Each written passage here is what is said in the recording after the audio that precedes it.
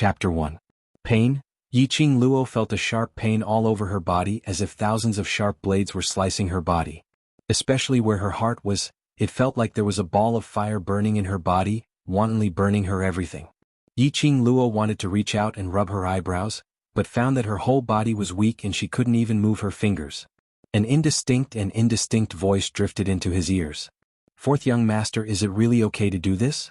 Seventh miss is the crown prince's fiancé. If we do this, won't we make the crown prince wear a green hat, will we? What are you afraid of?" A loud voice interrupted that person's words. "Useless fellow. How could the crown prince take a fancy to this waste? If it wasn't for the Three Spring Sex Young Matriarch title, the crown prince would have kicked her out long ago." "Fourth young master, you mean?" The little waste was personally sent over by fourth Miss Yi. That bowl of medicine was also personally fed by her, the crown prince. May also know about it. Damn it. What the hell was this situation? Yiqing Luo frowned and tried hard to open her heavy eyelids. The moment she opened her eyes, she was blinded by the extremely dazzling light that stung her eyelids. Something seemed to explode in her brain like a volcano eruption. Unfamiliar scenes, like a flashing lantern, kept revolving in her mind. Once the colorful scenes passed, those scenes, like forcibly inserted memories, quickly overlapped in her mind, and then gradually calmed down. After receiving these memories, Yiqing Luo opened her eyes again. This time, her eyes adapted to the flickering candlelight in the room. The lights were bright. The luxurious and exquisite room had a rather ancient feel. The white gauze fluttered in the wind. 4 luminous pearls stood in the 4 corners of the room, emitting a sparkling light. The worst part was that she was now lying on a round wooden table with her limbs spread out. Her body, which she was so proud of, had turned into a slender and delicate girl's body, and she was only wearing a white robe. Damn. She was lying on the table as food, waiting for others to eat her up? Damn it, didn't she just jump off the plane and transfer her soul into this little kid's body? Moreover, he had just transmigrated and he was already in such a miserable state. How could he still have fun? Yiqing Luo wanted to move, but she couldn't muster any strength. The 2 people outside the door had just said that she had been drugged. Moreover, the person who had drugged her was the 4th sister of this body. She had personally sent her here to be defiled. Yiqing Luo speedily searched through her memories for the memories she needed. The person outside the door was the 4th young master of the Yuchi family, one of the 4 great profound families, Wuxia. This person was dissolute by nature, idling around, and was a good-for-nothing young master. Sending her in front of Wuxia was basically sending a sheep into a wolf's mouth. 4th sister? And that so-called fiancé? Just you wait. Yiqing Luo narrowed her sharp eyes, suppressing the pain and numbness from her body, trying hard to control her 4 limbs. Creak. The door creaked and Wuxia walked in. From the sound of footsteps, there were at least 5 people. "Little trash, big brother is going to love you right now." Wuxia walked to the side of the table and directly reached out his hand to pull the white gown on her body. Yiqing Luo's icy cold gaze turned sharp as she spoke in a hoarse voice, "Scram." Wuxia saw Yiqing Luo half kneeling on the round table without the slightest trace of fear on her face. He immediately reached out to wipe off the blood on his face and glared at her while gnashing his teeth in anger. "Stop dreaming. His Highness the Crown Prince doesn't like you at all." Yiqing Luo's sharp gaze shot straight at Wuxia as she said word by word, "Let me go, otherwise all of you will die." "Haha. Yi Clan's little good-for-nothing said to let us die, haha, cough cough, ha." Wuxia coughed as he laughed, his mouth full of blood. "A good-for-nothing whose profound heart jade was dug out? What ability do you have to let this young master die?" Wuxia raised his hand, overflowing with viciousness. "This young master will let you see today whether you die or this young master dies." Chapter 3. Yiqing Luo quickly retreated and was about to roll off the round table. Suddenly she saw these 4 attendants' bodies emit a yellow light. The weak light wasn't dazzling. But Yiqing Luo's heart suddenly tightened at this moment. It was as if an ice-cold hand was tightly clutching her heart, unceasingly tightening. Compared to her previous pain, it was 1,000 times more painful. Her body went limp and she rolled off the round table. Ruthlessly whip her for this young master. Once he saw Yiqing Luo fall to the ground, Wuxia sneered cruelly, "Quickly bring another bowl of medicine for this young master and pour it on this little waste until she can't move." Yiqing Luo's eyes sunk. "Still want to pour medicine on this old lady?" Strong willpower made her suppress the sharp pain coming from her heart. Yiqing Luo aimed at the attendants who bent over to pull her, clamped her legs together and immediately did a back somersault, flinging that attendant towards the window at the side. Boom! That attendant's body directly fell out of the window. Yiqing Luo leaped at the same time and followed closely behind. She lifted her foot and heavily stomped on the attendant's chest. After a series of actions, this weak and powerless body that had long been drugged became even more powerless. She slowly moved her leg and leaned against the wall. Her plain white little hand pressed in the direction of her upper chest and felt a sticky hand. Looking down, her chest was oozing drops of blood, staining her white gown with captivating red flowers. So much blood flowed from her heart. She couldn't have just resurrected and was about to face death again, right? Wuxia said that her profound jade heart had been dug out. The overlapping memories quickly told her the profound jade heart's information. Profound jade heart, as the name implied, was a jade heart hidden in the depths of the heart used to condense profound qi. And the level of the jade heart determined a cultivator's cultivation talent.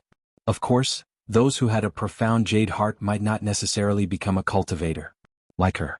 Possessing an extremely talented profound jade heart that countless cultivators coveted, she still couldn't cultivate profound qi. Damn it! The profound jade heart had been dug out from her heart. No wonder the blood kept flowing. This old lady is dying of pain. Who the fuck was so deranged as to dig out her profound jade heart? If she knew who it was, she would torture that bastard to the point that he wished he was dead. The little trash is in the next room. Chase after her, don't let her escape. Wuxia roared. He absolutely could not let Yiqing Luo escape, otherwise he and fourth Miss Yi would absolutely not be able to bear the consequences. Yiqing Luo's eardrums shook and due to excessive blood loss, her vision became blurry. She fiercely gritted her teeth and tightened her fingers, pressing on her wound. The intense pain caused her to regain consciousness. Yiqing Luo raised her eyes, her vision swept past the other three followers who had rushed up, and finally fixed on Wuxia. Blood seeped out of her pale lips, adding a bit of enchanting charm to her exquisite and beautiful face that was as pale as paper. The tiny figure was so weak that it seemed as if he would fall to the ground in the next second. But at this moment her entire person burst forth with a powerful and piercingly cold aura. She stepped on the body of the fainted follower beside her leg. Her messy long hair danced wildly, and that pair of murderous eyes refracted a piercingly cold and dense killing intent. If you dare to touch me today, even if you go to heaven or hell, as long as I, Yiqing Luo, don't die, I will definitely dismember your body into 10,000 pieces. Grind your bones and scatter your ashes. Yiqing Luo's voice was powerful and resonant, as if it was wrapped in a thick layer of floating ice. Chapter 4. Shards splashed and the smell of wine spread in the room. The attendants who had walked to the door suddenly stopped. Even Wuxia, who was clutching his chest as he staggered to catch up, also showed fear in his eyes. Yiqing Luo frowned and expressed doubt towards their reaction. Even if she used her toes to think, she knew that the source of these people's fear was absolutely not because of her. Very quickly she reacted. Her fingers almost subconsciously pinched a shard of the wine jar. Her figure with lightning speed turned around and pressed the shard against the neck of the person behind her. Don't move. Yiqing Luo lowered her voice and shouted coldly. Even with her strong perception, she actually didn't detect the existence of a third person in this room. If it wasn't for Wuxia's line of sight, she probably wouldn't have known that there was someone behind her. A light laugh overflowed from this person's mouth. That laughter, clear and pleasant to listen to, was extremely lazy. Yiqing Luo's charming eyes slightly narrowed. Under this laughter, a layer of goosebumps actually appeared all over her body. The person who was pressed against her neck was a man dressed in a luxurious purple robe. His black hair casually scattered over his shoulders, and there were a few strands scattered on the back of Yiqing Luo's hand. The corners of the man's mouth raised into a smile. That face had a magnificent androgynous look. The outline was very deep. Especially that pair of evil charming eyes, once met, would fall into the peach blossom trap that he created, sink for him, go crazy for him. Yiqing Luo's heart suddenly jumped. A wave of ominous premonition welled up. Intuition told her this man was not to be trifled with. What made Yiqing Luo confirm her intuition was the reaction of Wuxia and the others. When she used the shard to press against this evil charming man, Wuxia and the others' eyes were obviously filled with disbelief, trembling with fear. Yiqing Luo? 3 Spring Sex Yi family? The man murmured softly, his evil charming peach blossom eyes reflected a charming light. Yiqing Luo frowned, her fingertips pinched the shard tightly, closer to his neck. Shut up. Already at this point, even if this man was the emperor, she still had to continue to kidnap him. Since Wuxia and the others were afraid of this man, for now she could only choose to use him as a hostage. Leave this place first. The man slightly narrowed his eyes, rippling a hint of a meaningful smile. Lord Dizun. Wuxia knelt down in fright. The followers behind him also knelt on the ground. We didn't do it on purpose. We didn't do it on purpose to disturb His Majesty's peace. Dizun? Diamo Xian. In Yiqing Luo's memory she had heard of his name. He was the man who was revered as a god by the entire mainland. She had indeed captured an incredible person as a hostage. Diamo Xian's lips curled upwards slightly as his eyes shimmered. He sensed that after Yiqing Luo heard his name, she actually had no intention of letting go, and the smile in his eyes grew even deeper. He smirked and said in a deep voice, "Beg me and I'll save you. How about that?" Yiqing Luo snorted coldly as the broken shard in her hand slashed his white jade neck without any hesitation. A drop of fresh blood followed the broken pieces and fell onto her palm, mixing with the sticky blood on her hand. "Little thing, you're poisoned." Diamo Xian didn't have the slightest awareness of being a hostage, and there wasn't a trace of emotion on his face. He only stared fixedly at her chest, which was soaked in blood.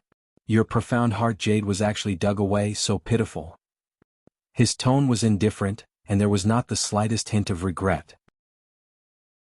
Chapter 5.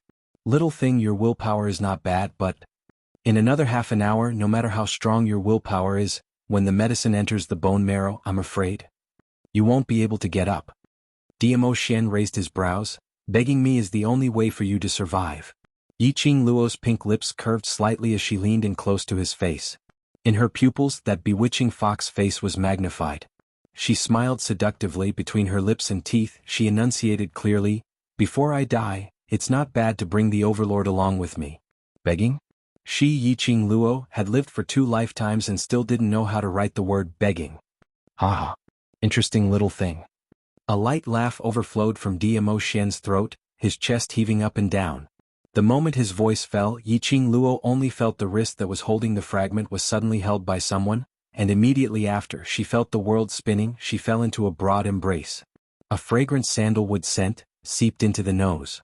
The man's long arm, tightly wrapped around Yiqing Luo's slender waist, firmly holding her in his arms.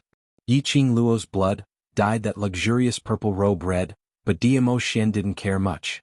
However, she was only wearing a white robe in this tug. The belt that was fastened loosened, the collar opened, revealing a piece of pure white skin. Yiqing Luo's face was covered with frost, shyly gritting her teeth. But her limbs were held in place by Diamo Xian. She couldn't struggle, and could only use a murderous gaze, ruthlessly cutting him. "What? Open me." Diamo Xian's gaze lightly swept over her open collar, immediately looked up, met with her fierce gaze and smiled magnificently. "This lord won't let go. What can you do to me?" Damn, what happened to the person who was called as a god? This guy couldn't be an imposter, right? Did he need to be so shameless? Diamo Xian directly ignored Yiqing Luo's murderous gaze, as his slender fingers gathered her white robe bit by bit, as he spoke in a light and breezy tone. "Don't worry, this lord has no interest in tiny things. You're the little thing. Your whole family are little things." How was she little? Although this body wasn't as hot as her previous life, at least it was still there. Moreover, this body was only 15 years old. Could it develop well? Diamo Xian shifted his line of sight and squinted at the few people who were kneeling on the ground shivering. He lazily raised his eyelids. Phone. A gust of whirlwind suddenly blew and a black-robed youth appeared behind Diamo Xian, half kneeling on the ground as he cupped his hands respectfully. "Sir Overlord." Diamo Xian held Yiqing Luo in his arms as they walked in. With a flip of his palm, a chair not too far away was swiftly shifted to his side. He sat down and hugged Yiqing Luo to sit on his lap. Then he tapped the chair with his slender fingers. Almost at the same time, Feng's hand reached for the long sword at his waist. His entire body released a powerful, profound energy, and the few people kneeling at the door were all swept into the room. Yiqing Luo's pupils contracted abruptly. She actually saw a red glow on Win's body. Different from the radiance of the followers at Wuxia's side, this red light was extremely bewitching, extremely brilliant red. This feeling, could it be profound qi? Yiqing Luo forcefully blinked her eyes, and when she wanted to take a closer look, The pain in her heart that had been relieved with great difficulty, once again came tearing at her. So painful. Just now when she saw the light emitted from the followers, she also felt this kind of unbearable pain. What exactly was going on? Dmo Xian's voice was as light as a ghost as it seeped into their eardrums. Immediately following that, Yiqing Luo felt an intense heat coming from her heart. It was Dmo Xian who pressed his hand on her chest. A fluorescent light flashed where his palm touched his chest. When Dmo Xian's palm moved away, Yiqing Luo clearly felt a breath of air flowing out from her body and sinking into her heart, forming into a palm-sized jade-shaped qi. This was the profound jade heart? Yiqing Luo's breathing stopped as she raised her eyes to look at Dmo Xian. What's going on? That guy didn't reply and took off an enchanting red jade ring from his finger, held her hand and put it on. Chapter 7. This ring is called the Profound Phoenix Ring. Dmo Xian pulled Yiqing Luo into his arms and whispered in her ear. You have to take care of it. Profound Phoenix Ring? Yiqing Luo looked down at the ring in her hand. The red ring was crystal clear without a trace of carvings. Looking closely, the ring was surrounded by a circle of red flames. It made her slender fingers look much fairer. You are my woman now that you have accepted this lord's ring. Dmo Xian chuckled as his 5 fingers locked onto Yiqing Luo's. 2 hands, one big and one small. On the ring finger was the same type of ring. Damn it! Did Dmo Xian know what it meant for a man to give a woman a ring? Who the hell is your woman? Yiqing Luo suddenly withdrew her hand and quickly slapped the man beside her. I, Yiqing Luo, do not belong to anyone. However, his palm struck empty air. Her fingertips only had enough time to touch a piece of silk. It was Dmo Xian's robe. She used a little strength and with a rip sound, a small piece of the torn robe fell into Yiqing Luo's hands. In front of her, there was no sign of the man in purple. Only the voice that traveled through the air from all directions announced that this man who was like a legend had truly appeared. He said, "Little thing, don't let me down." Yiqing Luo's sharp eyes looked around and sensed Dmo Xian's breath. Dmo Xian was no longer there. Even Ah Feng who he brought along was gone. In the entire room, there was only her and the 4 people who were kneeling on the ground. Yi, 7th Miss Yi. Today's matter has nothing to do with me, it was your 4th sister who forced me to do it. Wuxia's whole body was trembling non-stop after he escaped from the hands of the Overlord. He didn't expect that the high and mighty Overlord would actually take a fancy to this cheap girl. No matter how angry he was, he didn't dare to offend the woman that the Overlord had taken a fancy to. Yiqing Luo narrowed her eyes, the corners of her long and narrow eyes flashed a very shallow cold arc. Young Master Wuxia, how is this related to my 4th sister? She walked towards Wuxia step by step, the sneer at the corner of her mouth becoming even more pronounced. It really wasn't me. It wasn't me. I was just following orders. For the sake of survival, Wuxia was willing to spill any secret. You were kidnapped and brought here by 4th Miss Yi, and it was also 4th Miss Yi who drugged you? All these when Yiqing Luo was awake she had long heard it. She narrowed her eyes and asked in a low voice, what is her purpose? 4th Miss Yi did it to help her sister, eldest Miss Yi. 1st Miss Yi and His Highness the Crown Prince have long been in cahoots. But you are the young master of the 3 Springs sect. The monarch has long set the engagement between you and the Crown Prince, so 4th Miss Yi came to me wanting me to take away your innocence, so that you can legitimately dissolve the engagement between you and the Crown Prince. So, it was because of a man. Crown Prince? Fiancé? Yiqing Luo snorted coldly, her slender fingers subconsciously stroked the profound phoenix ring on her ring finger, her clear and charming eyes flashed a very enchanting cold light. Chapter 8. Her eyes turned cold as she pointed at the bowl of medicine on the table. The 4 of you finished that bowl of medicine. That was the medicinal soup that Wuxia had originally prepared to use on Yiqing Luo. Wuxia turned his head to look at the attendants beside him and fiercely pushed them over. Hurry up and drink it. Whoever doesn't drink it, don't even think about living. Wuxia's eyes widened in horror as he scrambled over to pick up the bowl of medicine and drank a big mouthful. The other 3 attendants also shared it and drank it down. Yiqing Luo watched them drink the bowl of medicine cleanly, and the enchanting cold glint in the corner of her eyes became even more moving. She didn't say a word and walked out of the room. Then she closed the door and locked it. That bowl of medicine wasn't poison but a kind of medicine to make women obedient. She let them taste the consequences of their own actions and try the medicine. Yiqing Luo didn't leave immediately and was thinking of going to her room to find a set of clothes to change into when a black shadow suddenly flitted in front of her eyes. There was no hostility and Yiqing Luo didn't panic. Focusing her eyes, she saw Wind half kneeling on the ground with both hands holding a set of red long dress. "You. 7th Miss Yi, please change your clothes." Wind's voice was cold as he said in a neither servile nor overbearing manner. Why didn't he leave with DMO Xian? Just as she was about to open her mouth to ask, Wind stuffed the red long dress into her hands and with a leap, disappeared into thin air. Damn, he was even colder than her. Did DMO Xian send him to deliver her clothes? Yiqing Luo held onto the clothes as her figure speedily moved around the inn and found an empty room. The spirit pill that DMO Xian fed her was effective in minutes. Now her body didn't have any injuries. Moreover, the profound heart jade piece in her heart was constantly transmitting her endless power.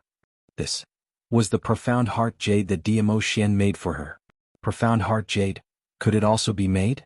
Unable to understand, Yiqing Luo simply didn't think about these brain-burning things and took off the white robe that was stained with blood. After wiping off the bloodstains on her body, Yiqing Luo relied on her memory and this body's instinct to put on this complicated set of clothes. In the room there was a bronze mirror. Yiqing Luo looked at the person in the mirror and couldn't help but click her tongue. Was she reincarnating or was she reincarnating? This face was exactly the same as her original face. Her facial features were exquisite and beautiful, with curved eyebrows and watery eyes. The corners of her eyes were long and narrow, forming a natural arc. She was exceptionally enchanting, adding a touch of charm to her pure face. There seemed to be something between his eyebrows. Yiqing Luo leaned closer to the bronze mirror and stretched out her hand to touch the space between her eyebrows. She could faintly see a red mark like a small corner of a petal. However, after rubbing her forehead, she took a closer look. Her forehead was as white as snow and there was nothing there. Was she seeing things? Was she hallucinating? No, why did she feel like her hallucinations were getting worse? Why did she also see a circle of pink patterns on her arm? The shape, it looked a bit like a cherry blossom. Yiqing Luo rubbed it with her hands, the pattern was still there. He rubbed his eyes but the pattern was still there. I'm not hallucinating? Why didn't she remember that there was such a circle of birthmark on her body? As she rubbed, suddenly a tiny voice entered her ears. Little lass, stop rubbing, stop rubbing. The sudden voice made Yiqing Luo's eyes sink as a sharp glint flashed past her eyes. Who? She scanned her surroundings vigilantly, the murderous intent in her eyes was obvious. Little lass, don't look so ugly, relax, let's slowly communicate. That voice was very close, as if it was standing right in front of her. Chapter 9. Cough, cough, cough. Little girl, this old man is coming to see you. As the voice stopped, Yiqing Luo's wrist suddenly ignited with a burning sensation. The circle pattern on her wrist suddenly floated up. Yiqing Luo stared at the constantly rotating pattern on her wrist. A dazzling white light flashed in front of her eyes and she fell into the center of the pattern's vortex. When she opened her eyes again, there was fog in front of her and all she could see was a vast expanse of whiteness. Where was the inn she stayed in before? What the hell was this place? Little girl, I'm here. That voice came from behind her again. Yiqing Luo sharply turned her head back, only to see a human figure slowly appearing amidst the white mist. It was a white-haired old man dressed in a white robe. His silhouette could not be seen clearly in the mist that curled up in spirals. Who are you? Yiqing Luo stared at the old man vigilantly, ready to fight back at any time. Little girl, you're the one who summoned this old man, and you still ask who I am? The old man stroked his long white beard and replied with a smile. I summoned you? Yiqing Luo's head was full of question marks. The old man explained unhurriedly, Little girl, this old man is the guardian of your Yi family's heirloom. Your blood awakened this old man, so isn't this the reason why you summoned this old man? Heirloom? Are you kidding me? Yiqing Luo's face was full of suspicion. Yi family's heirloom. That was something from the 21st century. It was because of this heirloom that she was forced to perish together with those evil old men. She had crossed over. Could it be that the heirloom had followed her into another world? The incantation on your wrist is the best proof. The old man took a step forward and before Yiqing Luo could react, he had already closed in on her. A circle of cold touch held her slender wrist. Yiqing Luo's heart was overwhelmed with shock and she took a step back. This old man's speed was so fast. If he really wanted to kill her, she would have no chance to fight back at all. Yiqing Luo's expression softened and was no longer vigilant. The incantation that the old man mentioned was the circle of cherry blossom pattern on her wrist? This is the Yi clan's heirloom, the Azure Dew bracelet. The old man's finger touched her wrist, and the circular pattern slowly floated. One by one the petals formed a cherry bracelet. Oh my God, was this the thing that she had risked her life to dig out from the Yi family's ancestral grave? For this bracelet he lost his life, F***CK. Could it be that her transmigration was caused by this stupid bracelet? Yiqing Luo's heart almost collapsed. After all, her modern life was so carefree. She could do whatever she wanted and no one could control her. Unlike in this strange world, with her identity, no matter where she went, she would be the target of others' schemes. The Azure Dew bracelet has absorbed your blood and has already formed a blood contract with you. The old man released her hand.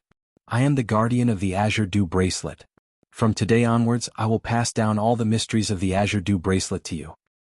The profound meaning of the Azure Dew bracelet? What the hell? Yiqing Luo lowered her eyes and stared at the bracelet on her wrist.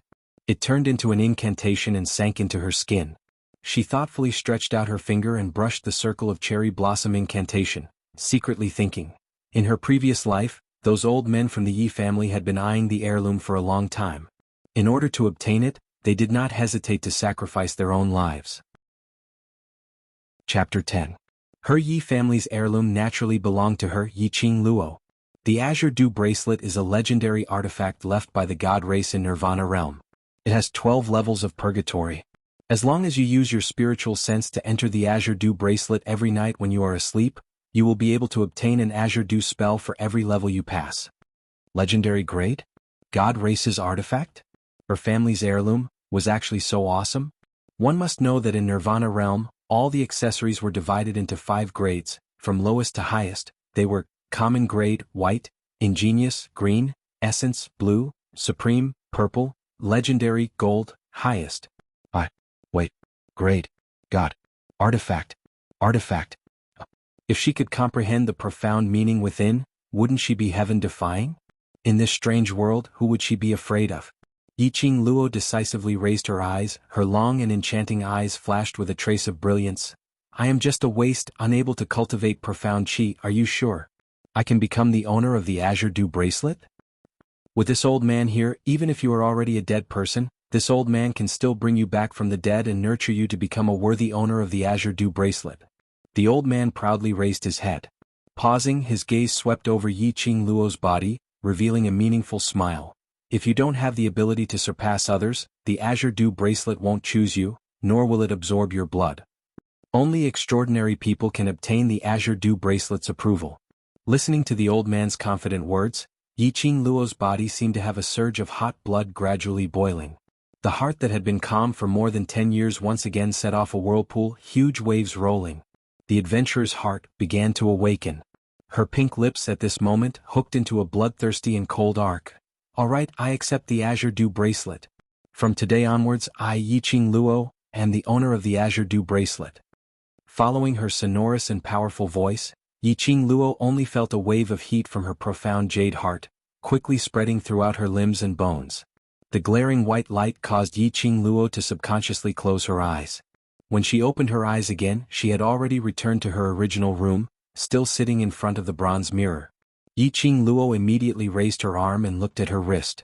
Her heart trembled when she saw the cherry blossom spell on her wrist. Everything that happened just now wasn't a dream. She had really become the owner of the Azure Dew bracelet. Ah! The era that belongs to me, Yiqing Luo, is about to arrive. Those who once hurt me, humiliated me, and killed me, just wait for me to claim your life. Yiqing Luo sneered as she retracted her wrist.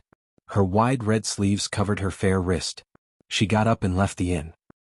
Her top priority now was to return to the Yi family, lest her good eldest sister and fourth sister use this incident to make her unable to secure her position as the young sect master. On the way back to the Yi family, Yiqing Luo went through the information about the other world once again in her mind. The Nirvana realm was a world where the strong were respected for cultivating Shen Qi. The Nirvana realm was divided into 4 parts: the East Continent, South Continent, West Continent, and North Continent. Every continent had its own sect, which was the leader of the continent. Rumor had it that the 4 major sects were used by the god race to control the peace of the Nirvana realm, allowing them to restrain each other. There were also rumors that these four major sects were actually the god race's guards, specially stationed in the four corners of the Nirvana realm, guarding the god race's god emperor's tomb. And she, Yiqing Luo, was one of the four major sects, the young matriarch of the West Continent's Three Springs sect. She possessed a supreme status, possessed an enviable profound jade heart, but was a wastrel who was unable to cultivate Shen Qi. Chapter 11. Following her memory, she found the way back to Three Springs sect. Three Springs sect wasn't far from this inn. Yiqing Luo had just arrived at Three Springs sect when she saw more than a dozen strong men rushing out of the main door. The leader had combed her hair delicately and wore a jade-colored brocade dress. Her facial features were beautiful and her eyes were filled with a complacent smile. This person was the fourth miss of the Yi family, Yiqing Ling. Quick! Immediately follow this young miss to the Heavenly Fortune Inn. If you're any later, my poor seventh sister will meet with misfortune. Yiqing Ling deliberately shouted at the top of her voice in an attempt to let the people outside the residence hear these words. The dozens of strong men shouted in unison, "Yes. We will definitely bring seventh miss back safe and sound from the hands of the bad guys." Yiqing Luo, who was standing at the corner, narrowed her eyes slightly when she heard this, and the corners of her mouth hooked up into an extremely cold arc. Her fourth sister was really smart. On the surface, she was worried about her sister and rushed to rescue her. In fact, she wanted to take this opportunity to spread the news of her losing her innocence to the entire Three Springs sect. Look, the commoners around had already formed a few groups, pointing at the Three Springs sect manor, discussing something in private. Yiqing Luo's ears twitched and could clearly hear the voices within 100 meters. That useless young matriarch was caught by the bad guys? And was kidnapped to the inn? DSK. This Three Springs sect is really unlucky. Young matriarch is a waste and there's no light in Three Springs sect's future. Unexpectedly, there's such a scandal now. What scandal? Young matriarch is such a beauty and also a waste. What else could happen if she was brought to the inn by the bad guys? All kinds of discussions went into Yiqing Luo's ears. She dug her ears and didn't listen anymore. She straightened her clothes and used her fingertips to pick up her long hair that fell on her shoulders and quickly tied up a simple hair bun. When the dozens of strong men passed by her and went straight to Heavenly Fortune Inn, Yiqing Luo's clear voice sounded leisurely, "Fourth sister, what are you going to do with so many followers?" Upon hearing this voice, the imposing group of people suddenly stopped in their tracks. Yiqing Ling followed the sound and pushed the burly man aside. Sure enough, at the corner she saw Yiqing Luo. His eyes were filled with disbelief. Was this really her cowardly and useless seventh younger sister? The lady before him was wearing a long red dress that resembled a blossoming rose. It was so enchanting that her snow-white skin looked even fairer. A few strands of hair fell from her simple temples. As she slowly walked over, they scattered under the blazing sun, adding a layer of afterglow to her exquisite and beautiful face. There was a kind of captivating charm on the woman. Yiqing Ling couldn't move her eyes away at all. She believed that everyone had the same feeling. How could this be the charm that trash could emit? Fourth sister, it's only been 4 hours since we last met. Could it be that you don't recognize me anymore? Yiqing Luo's lips curled into a mischievous smile, her bright eyes flashed an enchanting arc. This voice, Yiqing Ling shuddered and stared at her incredulously. You are... Yiqing Ling had always known that Yiqing Luo was beautiful. But the former Yiqing Luo, although beautiful, had no spirituality and was simply a dead thing. Especially that kind of timid and cowardly character, which made her beauty lose its luster. But today... Chapter 12. Is fourth sister so excited to see your sister? Yiqing Luo smiled sweetly as she approached Yiqing Ling with light steps. Yiqing Ling hurriedly retreated. Aren't you at the Heavenly Fortune Inn? Why am I at the inn? Yiqing Luo pretended to be puzzled. 4 hours ago, didn't fourth sister ask Luo to keep watch for you so that you can meet the Yuchi family's fourth young master? What nonsense are you talking about? Yiqing Ling's pupils suddenly widened as she reached out to grab Yiqing Luo's collar. When did I have a private meeting with Yuchiya? You little waste, now you've learned to speak without thinking. Yiqing Luo's charming eyes flashed. Fourth sister went back to the Yi family without telling me. I've been keeping watch for you and fourth sister still treats me like this? Her voice was not high, but it was definitely not low either. The advantage of proper control was to ensure that the people around could hear it clearly. Yiqing Luo's slender hand hooked onto Yiqing Ling's hand and gently brushed it away. She gathered her clothes and smiled. Fourth sister, I've kept watch for you for 4 hours, I'm tired, I'll go back first. After that, Yiqing Luo walked straight to the Three Springs sect's main residence. The surrounding people would choose to believe Yiqing Luo's words when they saw the situation. After all, look at Yiqing Luo from head to toe, which part of her looked like she had been kidnapped to the inn. Her clothes were neat and tidy, her hair was neat and tidy. On the contrary, it was Yiqing Ling who flew into a rage out of humiliation. You're not allowed to leave. Yiqing Ling was furious, her whole face flushed red as she waved her hand and a long blue sword appeared in her hand. She leaped and stabbed towards Yiqing Luo's back. Yiqing Luo's body had recovered and her powerful perception from her past life seemed to have fused with this body. She keenly felt the murderous intent behind her. Just before the long sword stabbed, Yiqing Luo's body rolled sideways in an extremely strange posture and avoided the long sword. Little waste. How dare you dodge? Yiqing Ling's long sword slashed across the sky and a blue sword wave surged towards Yiqing Luo's face. Fourth elder sister, are you stupid? You're going to kill me, how can I not dodge? Yiqing Luo smiled sweetly, her toes tapped lightly on the ground and her figure swiftly retreated more than 10 steps. He dodged the sword wave without missing it by a hair. She flashed a provocative smile at Yiqing Ling, patted her butt and stepped into the Three Springs sect. Yiqing Ling's face was drained of all light and her fingers that were holding the long sword had turned pale and green. Stop her. Stop that little waste for this miss. Yiqing Ling's delicate facial features twisted and looked extremely terrifying. Little waste. Who allowed you to enter the mansion? Let me tell you, His Highness the Crown Prince is in the front hall. He wants to break off the engagement with you. A few strong men immediately rushed forward and blocked in front of Yiqing Luo, preventing her from entering the manor. Hearing Yiqing Ling's words, Yiqing Luo's expression changed slightly. Her slender eyebrows were slightly knitted as a pair of clear and charming eyes looked towards Yiqing Ling. Your Royal Highness? Yes. Haven't you been pestering His Royal Highness the whole time? Let me tell you, he came to Three Springs sect today to break off the engagement with you. No matter what, I will not let you enter this door. Chapter 13. Break off the engagement? What a coincidence. She had just suffered from Yiqing Ling's evil scheme and her chastity was almost ruined. The Crown Prince came to Three Springs Manor to break off the engagement in the next second. She really didn't believe that the Crown Prince had nothing to do with her being kidnapped to Heavenly Fortune Inn. No wonder Yiqing Ling brought a group of people to Heavenly Fortune Inn to look for her with great fanfare. Wasn't it just to catch the adulterer in bed, and conveniently break off the engagement? In order to break off the engagement in a fair and square manner, a couple of deliberate schemes were quite strenuous. Break off the engagement just in time. The Crown Prince? The monarch bestowed marriage? Ah, did she care? If she wanted to break off the engagement, she had to be the one who had the right. Move aside.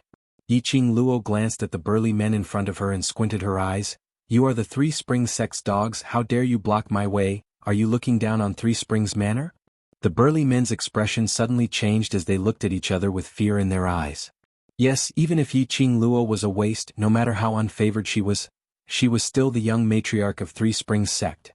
Regardless of whether Yiqing Luo could become the matriarch of Three Springs sect in the future, but Yiqing Luo had been a waste for more than 10 years and the matriarch still hadn't revoked her young matriarch status? At that moment, the burly men couldn't help but move aside to form a path. You guys get this clear for me? Who is your master? How could Yiqing Ling allow Yiqing Luo to enter the manor so arrogantly?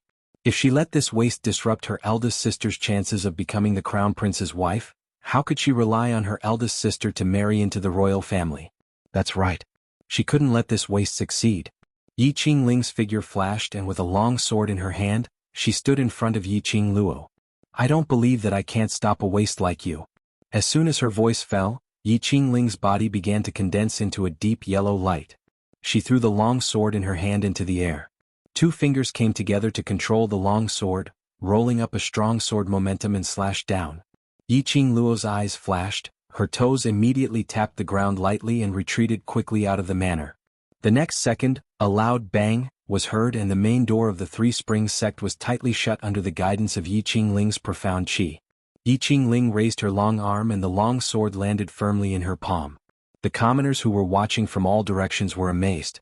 No wonder she's the daughter of the Three Springs sect. Her innate talent is too strong. Is there a Xian practitioner who can determine if 4th Miss Yes Xian rank has already reached Yellow Xian 5th grade or above? that's not all.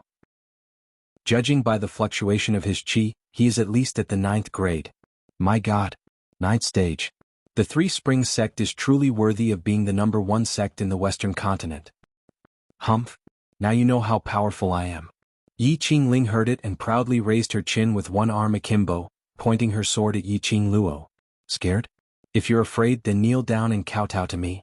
If I'm satisfied, I might be lenient and spare you. Listening to Yi Qingling's maniacal laughter, Yi Qingluo narrowed her long and narrow eyes as her gaze roamed around her body. This time she saw it very clearly.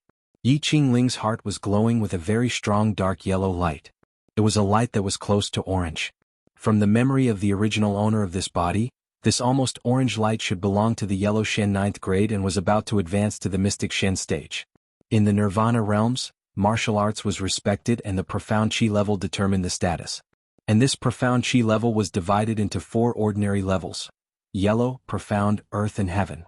Each level was divided into 9 grades.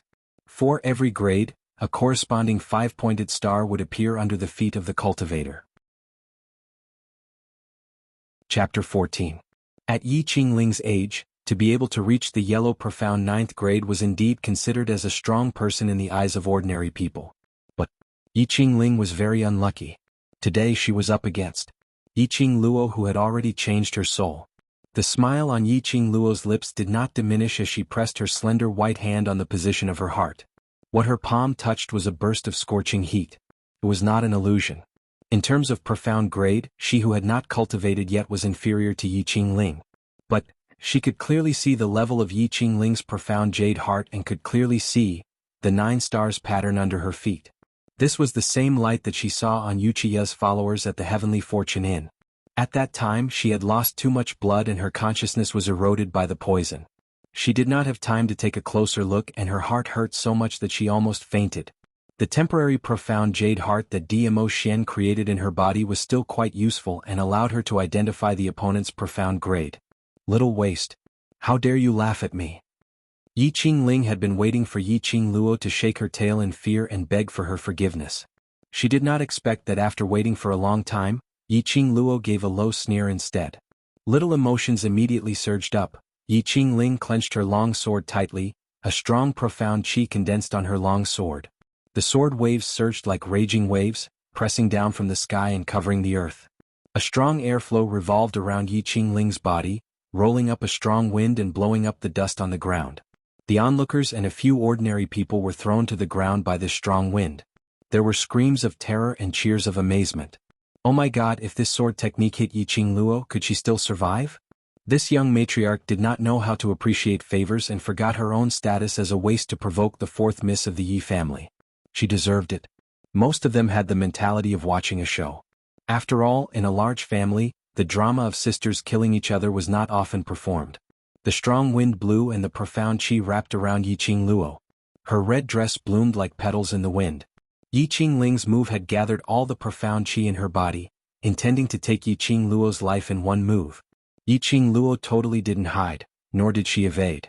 She stood at her original spot, with a cold smile on her face as she looked at the sword wave which was pressing down on her. Just as the sword wave approached, the commoners covered their eyes and screamed.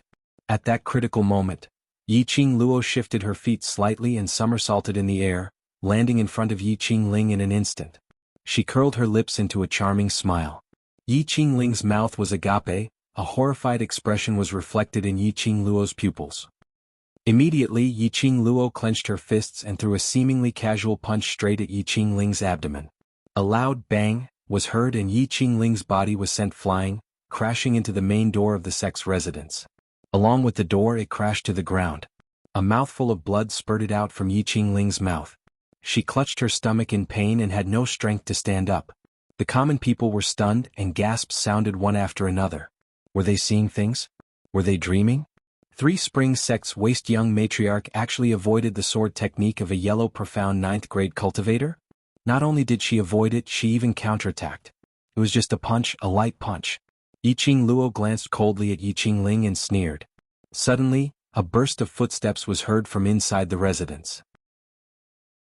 Chapter 15. Inside the Three Springs sect, a middle-aged man dressed in a navy blue robe slowly walked in. His facial features were regular and his brows were tightly knitted. He was very handsome and his whole person looked dignified. This person was the patriarch of the Three Springs sect, Yi Tianquang. Father, save me. Yi Qingling, who was lying on the ground groaning in pain, saw her savior and stretched out her little hand to grab Yi Tianquang. Yi Tianquang's face darkened and his sharp eyes glanced at the entourage behind him. The attendants understood and immediately stepped forward. One on the left and one on the right, they carried Yi Qingling into the mansion. Fourth sister. What's going on? Suddenly a scream rang out. A woman in a dark red dress walked out of the mansion. Her hair was combed in a complicated way, and her footsteps were accompanied by a clanging sound. Her gentle face looked even more elegant and noble. Her line of sight fell on Yi Qingling, who was being carried away by the entourage. Father, what happened to fourth sister? Why did she suffer such a serious injury? She walked over quickly. I also want to ask what's going on.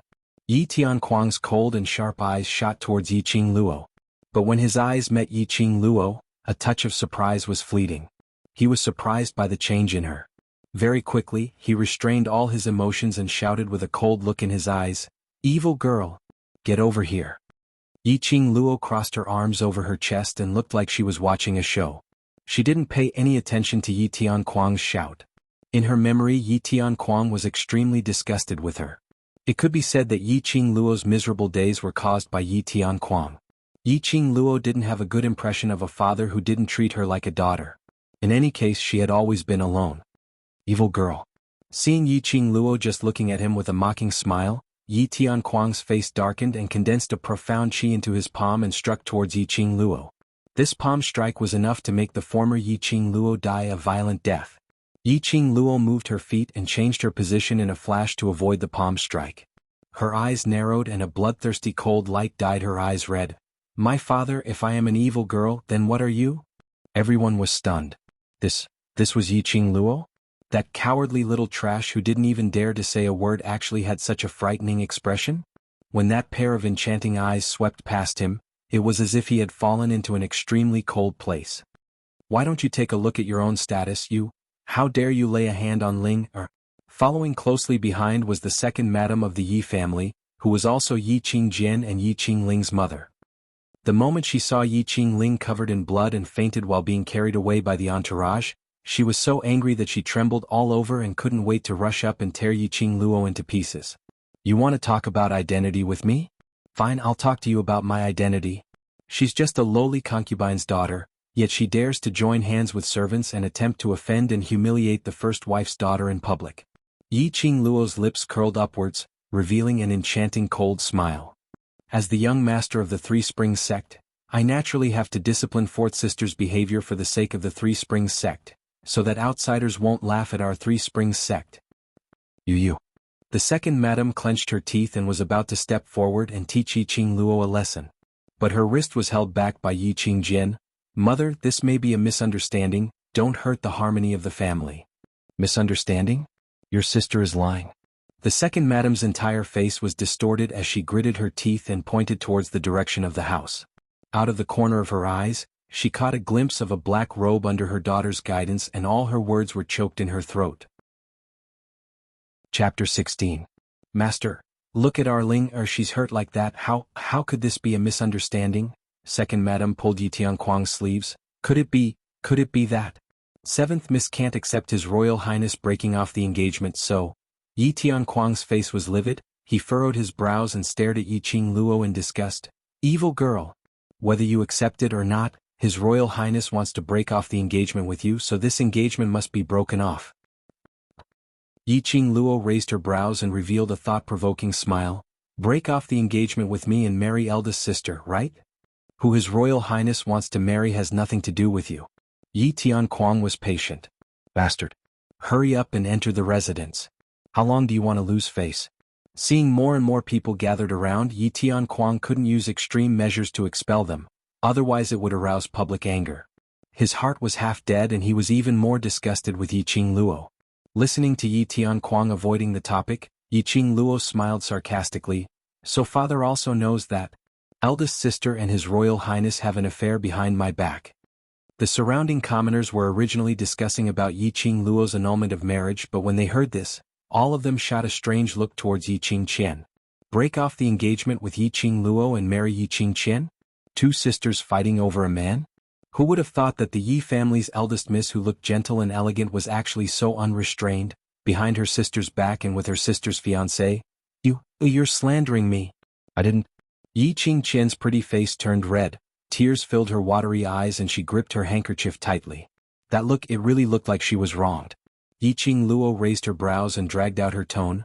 Oh, you didn't have an affair with His Royal Highness behind my back, so His Royal Highness doesn't intend to marry you? Yi Qingqian bit her red lips, looking anxious and didn't know how to explain. Yi Qingluo found it funny and gave a thumbs up, praising Yi Qingqian's acting. If this acting was in modern times, she would definitely win an Oscar. Yi Qingluo. This prince breaking off the engagement with you has nothing to do with Qingqian. Suddenly, a furious shout came from within the mansion.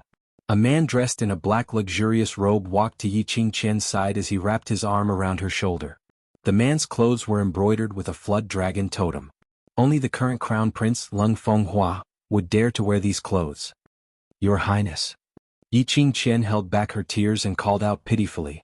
Lung Fenghua stretched out his fingers and gently wiped the tears from the corners of her eyes. When he looked at Yi Qingluo again, his eyes shot out a biting cold intent. Yi Qingluo, a lady's most precious thing is her own reputation. Do you think you're still qualified to be my crown princess? The surrounding commoners were in an uproar. The crown prince's words contained a lot of information. So the reason why Yi Qingluo was rejected by the crown prince was not because of marrying the eldest miss of the Yi family. But Yi Qingluo had lost her innocence and was despised by the crown prince. Thinking back to when 4th Miss Yi brought a group of people to Qianfuan, well, perhaps what 4th Miss Yi said was actually true. Why don't I have the qualifications? Yi Qingluo smiled like a flower and squinted her long and narrow eyes. Lung Fenghua, you have to pay attention to the evidence when you speak. As the crown prince, you slandered your fiancé in public. Is this your demeanor? From Lung Fenghua's words, Yi Qingluo had already confirmed it. Lung Fenghua was absolutely involved in Yi Qingling's conspiracy. Chapter 17. Evil Creature. You actually dare to directly address His Highness by his name. Yi Tianquang's sword-like eyebrows stood erect. He was so angry that his complexion turned black. If he continued to stand outside the mansion and allow the commoners to watch, he would definitely become the laughingstock of Three Springs City and even the entire Western continent. He suppressed his anger and strode towards Yi Qingluo's direction as he stretched out his hand to grab her. Follow me back to the residence. Yi Qingluo's expression turned cold as a sharp glint flashed across her blood-red pupils. She took a small step back, avoiding Yi Tianquang's hand. Thanks to her eyes, she could now see the other party's profound rank. Yi Tianquang chopped down and Yi Qingluo saw a mass of profound qi gathering in his palm. Otherwise, if this palm had really landed on her shoulder, it would definitely have broken one of her arms. Damn it. How ruthless. Yi Tianquang wasn't Yi Qingling. If they were to meet force with force, she absolutely had no chance of winning. Yi Tianquang's profound rank was at least above the 5th grade of the Earth Profound Realm, maybe even higher. Yi Qingluo wasn't so stupid to do something like striking a rock with an egg. I agree to break off the engagement. Yi Qingluo's lips curled up coldly as she rolled her eyes, but... Yi Qingluo, there's no need to say anything else. This marriage, this highness will definitely break off. Lung Fenghua snorted coldly, his face was filled with disdain. As expected, how could Yi Qingluo possibly agree to break off the engagement so easily? One must know that Yi Qingluo had been infatuated with him for many years and had been pestering him for many years, constantly clamoring to marry him. How could he bear to break off the engagement? But, Lung Fenghua, you better get it straight. It was I, Yi Qingluo, who broke off your engagement. It was I, Yi Qingluo, who didn't want you. Yi Qingluo raised her finger towards Lung Fenghua, her eyes filled with ridicule. A stud horse like you, I don't dare to accept it. Lung Fenghua, you know what? I think you're dirty. In the past, Yi Qingluo must have been blinded by sh*t, hence she was infatuated with this kind of scum for so many years. Isn't a stud afraid of getting sick? The man she was looking for must be the strongest, the one who was worthy of her. He must be a man with a pure body and mind, a man who could spend the rest of his life with her. In his mind, a peerless, devilish face suddenly appeared. Diamo Xian, poo poo poo poo. At this moment, why did he think of Diamo Xian? Yi Qingluo shuddered as she tried to get rid of the man who was smiling devilishly at her from her mind. At this time Lung Fenghua was furious. He clenched his fists, and the flames in his eyes burned with a hissing sound. A piece of trash actually dared to break off his engagement? She didn't want him? Do you think I'm dirty? Oh, I was just wondering why fourth elder sister suddenly slandered and discredited me for no reason. It turns out that it was all because of you. Yiqing Luo sneered as her gaze swept past this group of people. It could be seen that Yi Tianquang didn't want the common people to laugh at him. But today she was going to turn Three Springs sect into a joke. She wanted to see, after such a ruckus, whether Lung Fenghua and Yiqing Qian, this adulterous couple, would still be able to shamelessly talk about marriage. Lung Fenghua, do you dare to bet with me? Lung Fenghua did not answer. He only stared at her with a cold expression. His face turned green and white. Since big sister insists that I slandered you, you didn't do anything behind my back with Lung Fenghua. Then let's find an experienced old woman to come over. Let's test in front of everyone to see whose virginity mark is fake. As Yiqing Luo spoke, her gaze swept over the red dot on Yiqing Qian's wrist. She didn't believe that Yiqing Qian hadn't rolled the sheets with Lung Fenghua.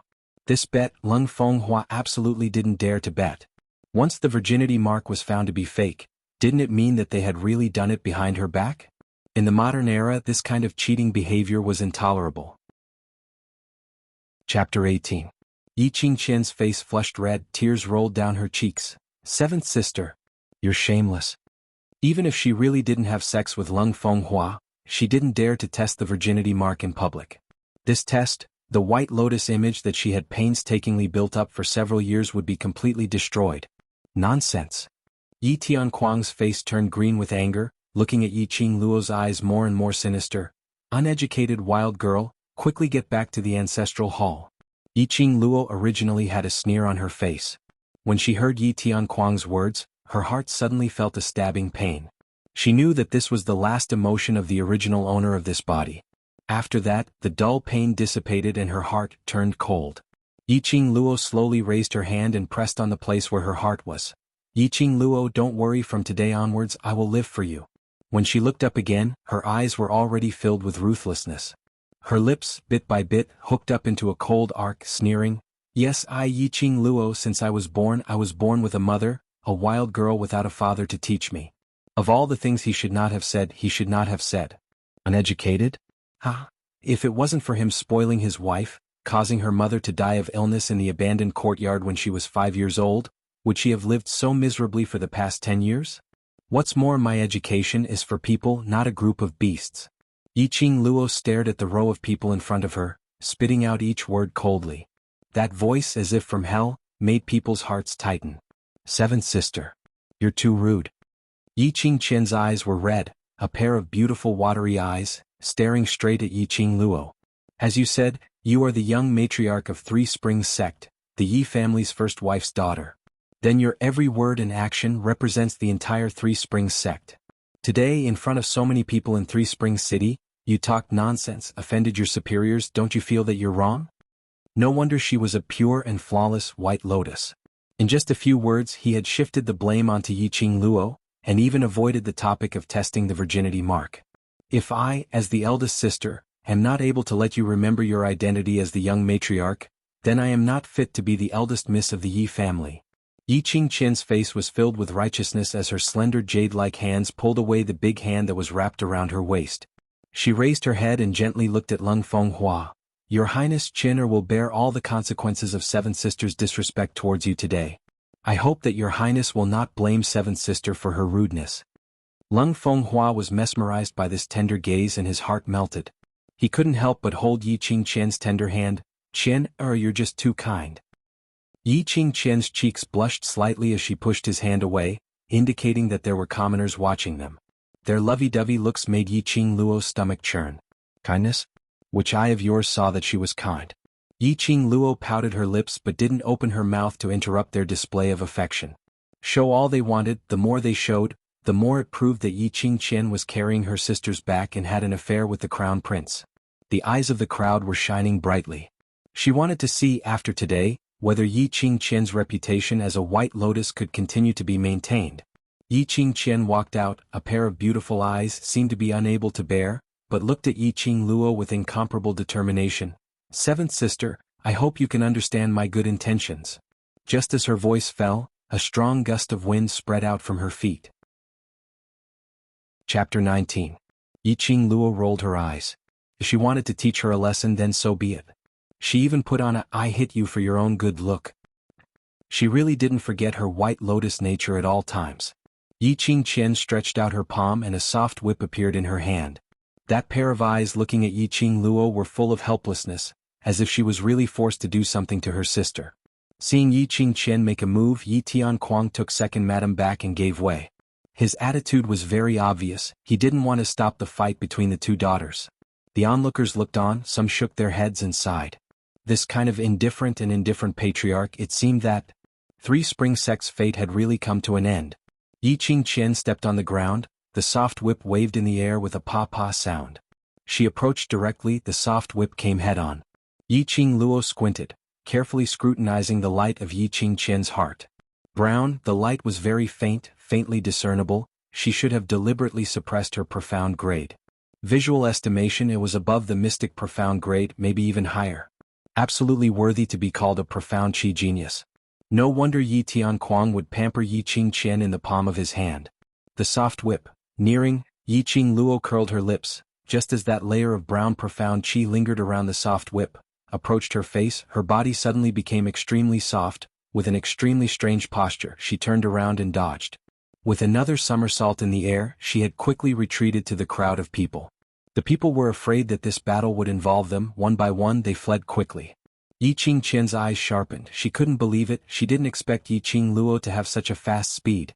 She obviously couldn't feel any profound chi from Yiqing Luo's body. How could Yiqing Luo avoid her whip, which was infused with profound chi? Immediately Yiqing Qian flew up. The soft whip rotated into countless circles on her fingertips. Profound chi was released, her palm wind pushed the circle created by the soft whip forward. Yiqing Luo instantly felt a strong pressure, overwhelming the sky and earth.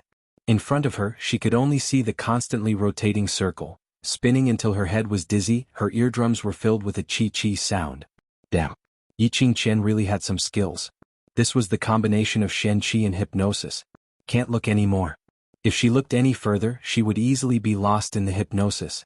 Yiqing Luo simply closed her eyes and followed the fluctuation of the profound chi to confirm the position of the whip. His ears suddenly twitched. Felt it? The direction of the profound chi was coming from the left. Yiqing Luo abruptly opened her eyes and in a blink of an eye, her body avoided the soft whip perfectly. Furthermore, the commoners who had yet to dodge were quickly pushed out of the range of the attack. Of course, she was not a kind person. The lives and deaths of these people had nothing to do with her. Her actions were to completely destroy Yiqing Qian. Qing was not it. Yiqing Luo was. It those who was it. He said that he was teaching his sister a lesson for the Three Springs sect. Yi Shi, said. Qing was as, she was she is she as she. Luo, in this strange world, she had to rely on profound chi to stand firm. Her skills in her past life were used to go against cultivators. It was like going against a man with a gun barehanded. She had to end the battle quickly, otherwise she might be at a disadvantage. Yiqing Luo's vision suddenly fixed on a certain spot. Chapter 20. What made Yiqing Luo notice him wasn't his handsome looks, but that pair of eyes which were filled with introverted brilliance. As deep as ink, no one could see through his emotions at first glance.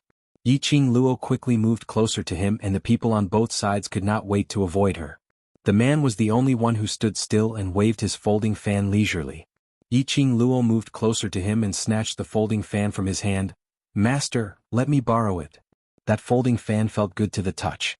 Yiqing Luo played with it on her fingertips and felt that it was rather smooth. Good. Seventh sister, how can you live up to your young matriarch status? Since you are so disobedient, don't blame me for being merciless. Yiqing Qian's beautiful face showed a slight twist. If Yiqing Luo was able to avoid the first whip, it was probably due to luck. Then the second whip, it was absolutely impossible to avoid it based on luck. Her psychedelic whip had never failed before. No one had ever escaped from the illusion that she created. When did this little slut become so powerful? Looking at Yiqing Luo's pair of bloodthirsty eyes, Yiqing Qian's back suddenly turned cold and a few drops of cold sweat appeared on her forehead. Her heart was filled with fear. The one who made her afraid was actually Yiqing Luo. The always arrogant Yi Qingqian could not admit that she had developed a sense of fear towards a waist. Profound chi shook and the long whip in her hand ruthlessly pressed down. Her eyes were filled with murderous intent. Eldest sister still knows that I am the young matriarch? Yi Qing Luo sneered and did not evade this time. Her fingertips moved the folding fan and faced the attack head-on. Her footwork was extremely strange and she could accurately calculate the arc of Yi Qingqian's whip, as well as the position of the whip, cleverly avoiding the attack of the whip. Everyone could only see a red silhouette, like a magnificent sunset, flashing by. In the blink of an eye, the feather fan in Yi Qing Luo's hand opened and closed and directly wrapped around the whip in Yi Qingqian's hand. The whip was stretched taut between the two. Yi Qing Luo. Yi Qingqian's eyes widened in disbelief as she exerted strength in her wrist, trying to withdraw the whip. But no matter how much strength she used, there was no way to withdraw the whip. How was this possible? Big sister, don't be anxious. The show has just begun. Following that, Yi Qing Luo's slender hand danced. The folding fan in her hand seemed to have its own consciousness. She let go of the handle of the fan, and the folding fan automatically spun like a fan. It spun quickly and completely wrapped the soft whip around the handle of the fan. A 2-meter-long whip was curled up in a split second, leaving only half of it. The folding fan continued to spin, and when it wrapped around Yi Qingqian's long whip, a strong force forced Yi Qingqian to let go of the whip. The soft whip escaped from Yi Qingqian's hand, and when Yi Qing Luo opened her palm, the folding fan automatically returned to her palm. Big sister's weapon is really not bad, it's even at the supreme grade. Yi Qing Luo's fingertips caressed the soft whip wrapped around the folding fan. A purple ray of light flashed. Supreme being? The people's eyes lit up as they stared unblinkingly at the whip. Even if he couldn't use a supreme weapon, he could still feast his eyes on it. Seventh sister. Yi Qingqian's heart suddenly palpitated in fear as her voice trembled.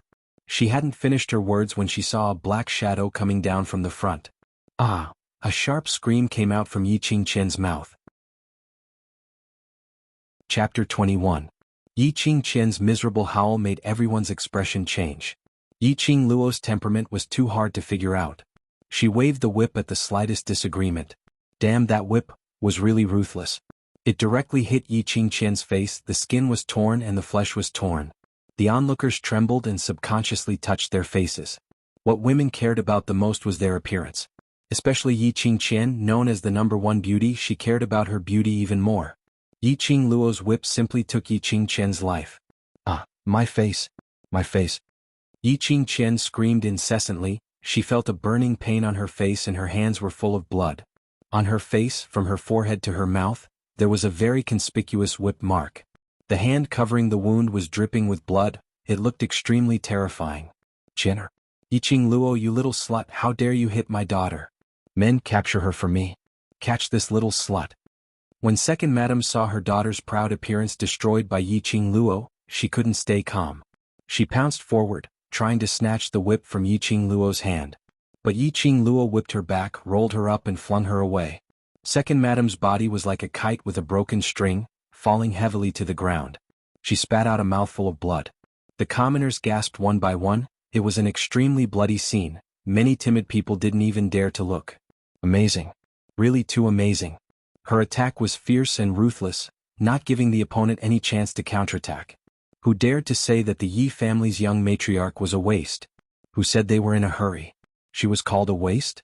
Then wouldn't Yi Qingqian, who was called a genius, be the waste of the waste? At this moment, Yi Qing Luo's reputation as a waste was completely rewritten. Evil girl, stop. Yi Tianquang shouted fiercely, and a swift and fierce palm aura directly chopped over. Yi Qing Luo's reaction was fast. She gave up on whipping Yi Qingqian, withdrew the whip and hurriedly retreated a few steps. The palm chi brushed past her shoulder, and with a boom, a huge black hole exploded behind her.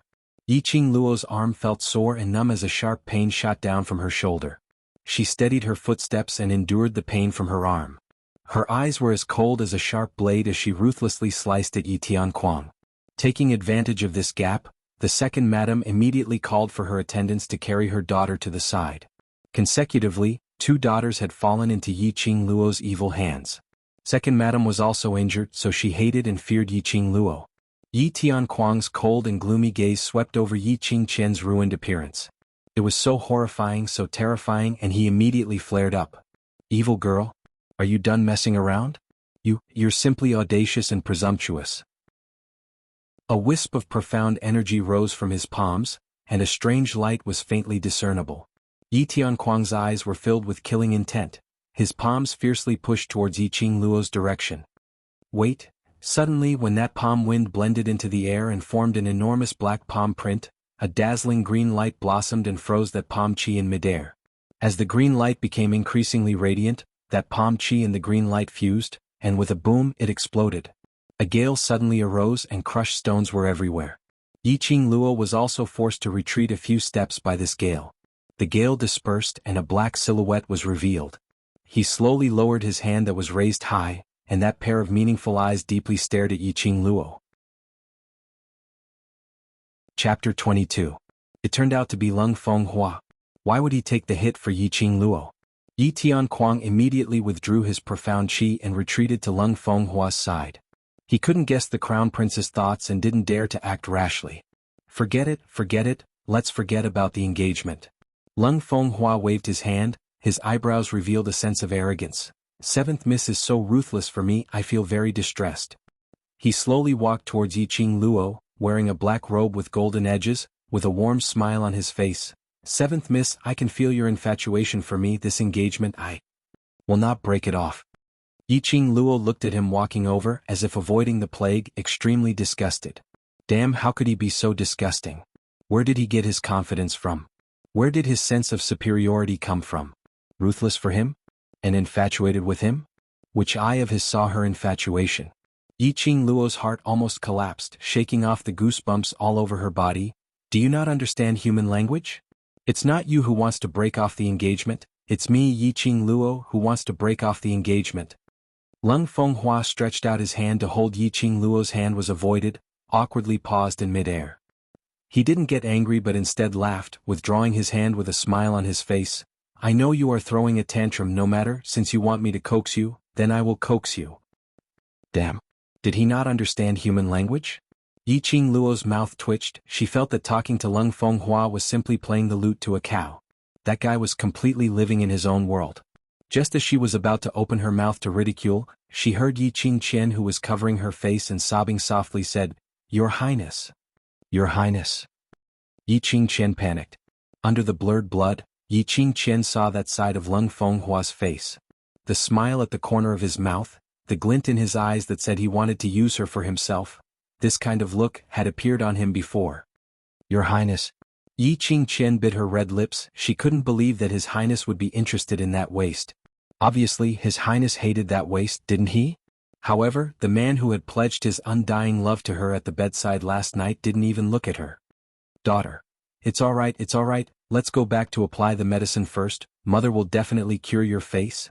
Second Madam cried as she hugged Yi Qingqian tightly and brought her into the residence. How would Yi Qingqian be willing to leave? The minute she left, Lung Fenghua would be together with Yi Qingluo.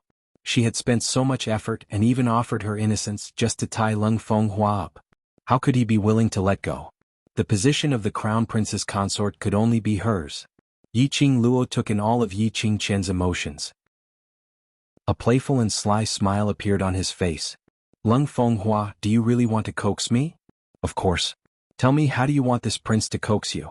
Even if you want the stars in the sky, this prince will also send people to pluck them for you. Lung Fenghua had an expression of as expected on his face. Look, women will always be women. What they want is nothing more than a man's submissive and sweet words.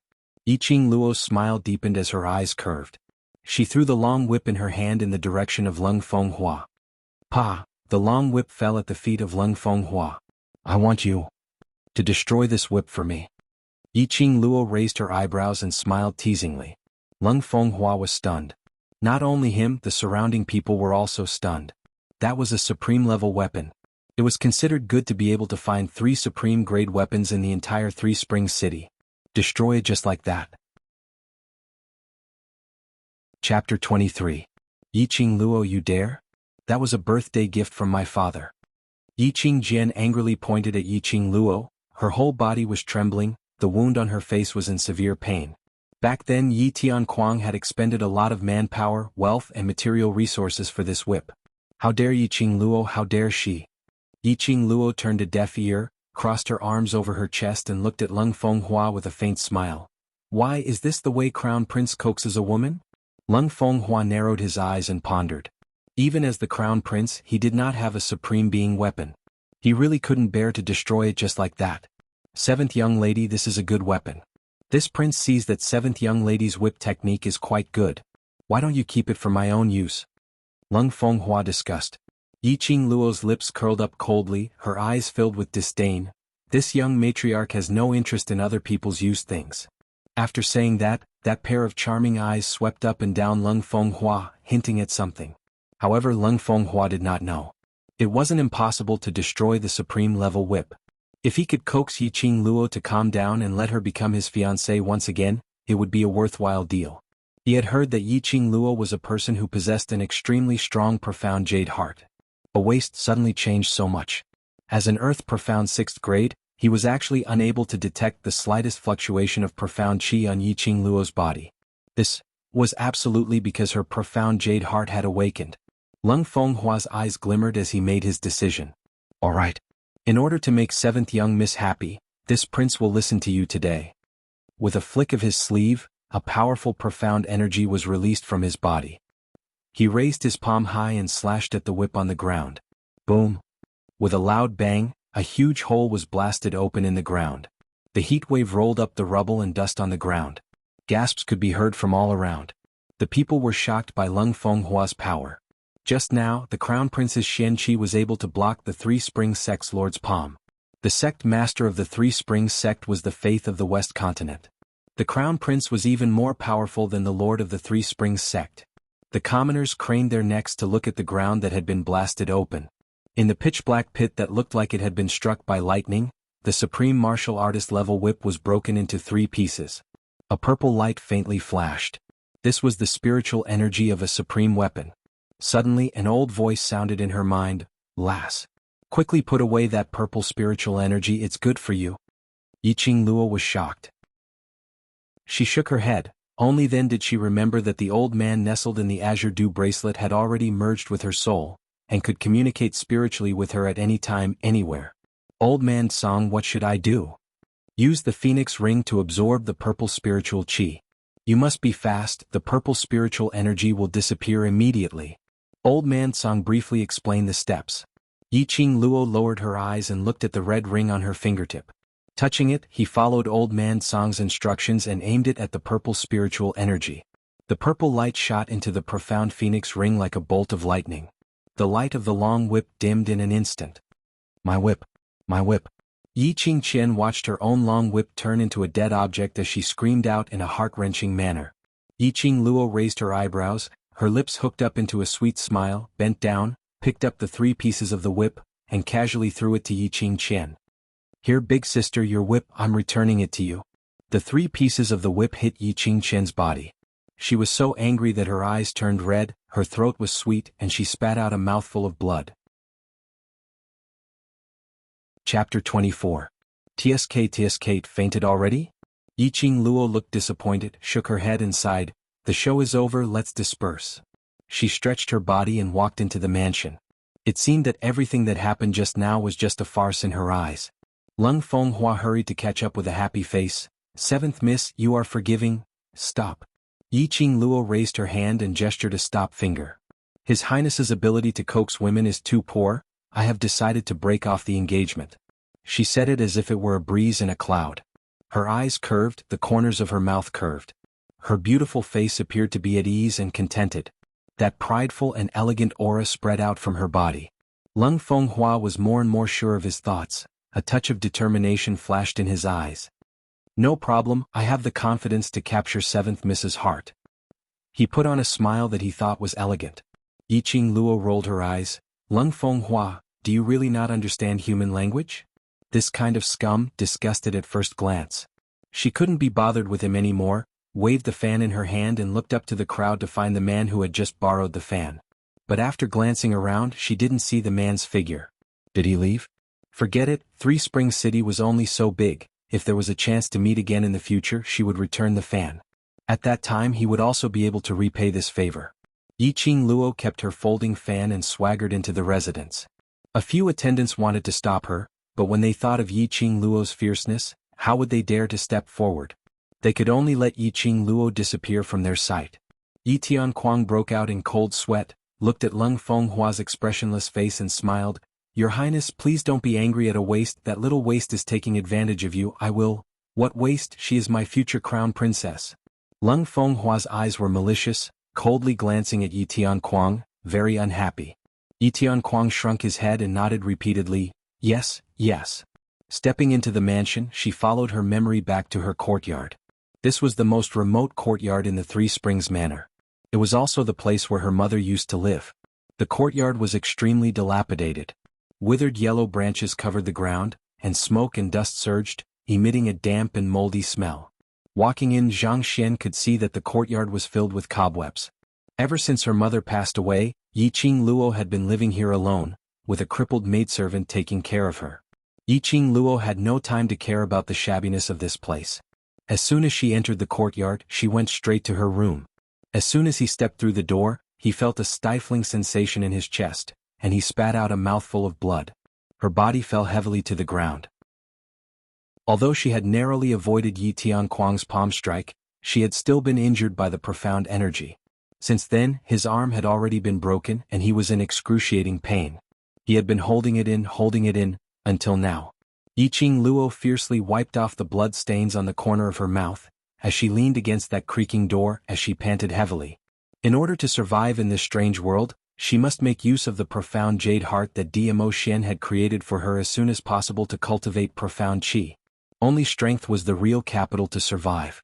She, Yi Qing Luo, didn't have any good points, but she liked to seek revenge for the smallest grievance. Today's injury, she would definitely return it 100-fold in the future. Miss, what happened to you? The sound of an iron basin falling on the ground was accompanied by the sound of stumbling footsteps. He saw a little girl wearing a coarse cloth gown full of patches, limping over. Chapter 25. Ziling was limping and panicking. She was in a hurry to help Yi Qing Luo and stumbled over the threshold. She reached out and desperately tried to help Yi Qing Luo up. Her clear eyes were full of worry. Yi Qing Luo waved her hand. The more Ziling shook her, the more her injured hand hurt. She panted heavily and endured the pain. Don't worry about me, I'll just sit down. Ziling felt the blood oozing from Yi Qing Luo's shoulder and knelt on the ground in panic. Miss, did fourth Miss bully you again? Ziling was horrified to see her hand full of blood. No wonder the young Miss's face was so pale and weak. Fourth Miss and the others are too much. Ling will go and tell the patriarch about their crimes. Ziling's little face was red with anger. She got up from the ground and was about to leave. Come back. Yi Qing Luo shouted coldly. Ziling suddenly stopped in her tracks. She was frightened by Yi Qing Luo's scolding. She had never heard her young miss speak in such a cold voice. Ziling turned around and was shocked to find that Yi Qing Luo's expression was not as timid as before. Yi Qing Luo's pair of charming eyes were glowing with a seductive light, making people unable to move their eyes away. Miss. For a moment, Ziling felt that her miss was like a snow lotus blooming alone on a snowy mountain. That kind of temperament was extraordinary and enchanting. No need to go. Boil a basin of hot water for me and prepare a pair of scissors and a few clean cloths. Miss, don't bear it any more. Ziling looked at Yi Qing Luo with distress, her little fist clenched tightly. You are the Yi family's daughter, the young matriarch of Three Springs sect. How can you let other misses bully you? Yi Qing Luo slowly held onto her injured shoulder as she gave a self-deprecating sneer. This injury of mine is caused by that so-called sovereign. Ziling's eyes widened in disbelief. Yi family's daughter, Three Springs sect's young matriarch. These belong to me, I will take them back little by little. Yi Qing Luo's smile gradually became cold. A pair of charming eyes flashed with a murderous chill, making people shudder. Ziling's breath stagnated, and her hair stood on end. Ling will prepare hot water and scissors for Miss. As she spoke, she picked up the overturned iron basin on the ground and limped towards the kitchen. Yi Qing Luo regained some strength and climbed onto the bed. Ziling boiled some water and brought over a pair of scissors and a clean cloth. With Ziling's help, Yi Qing Luo unbuttoned her shirt, revealing half of her shoulder. He saw a hideous wound extending from his shoulder to his arm, and fresh blood gushed out. Ziling screamed in fright, her hands shaking. Looking at that terrifying wound on her shoulder, Yi Qing Luo's gaze turned chilly. Yi Tianquang was truly determined to take her life.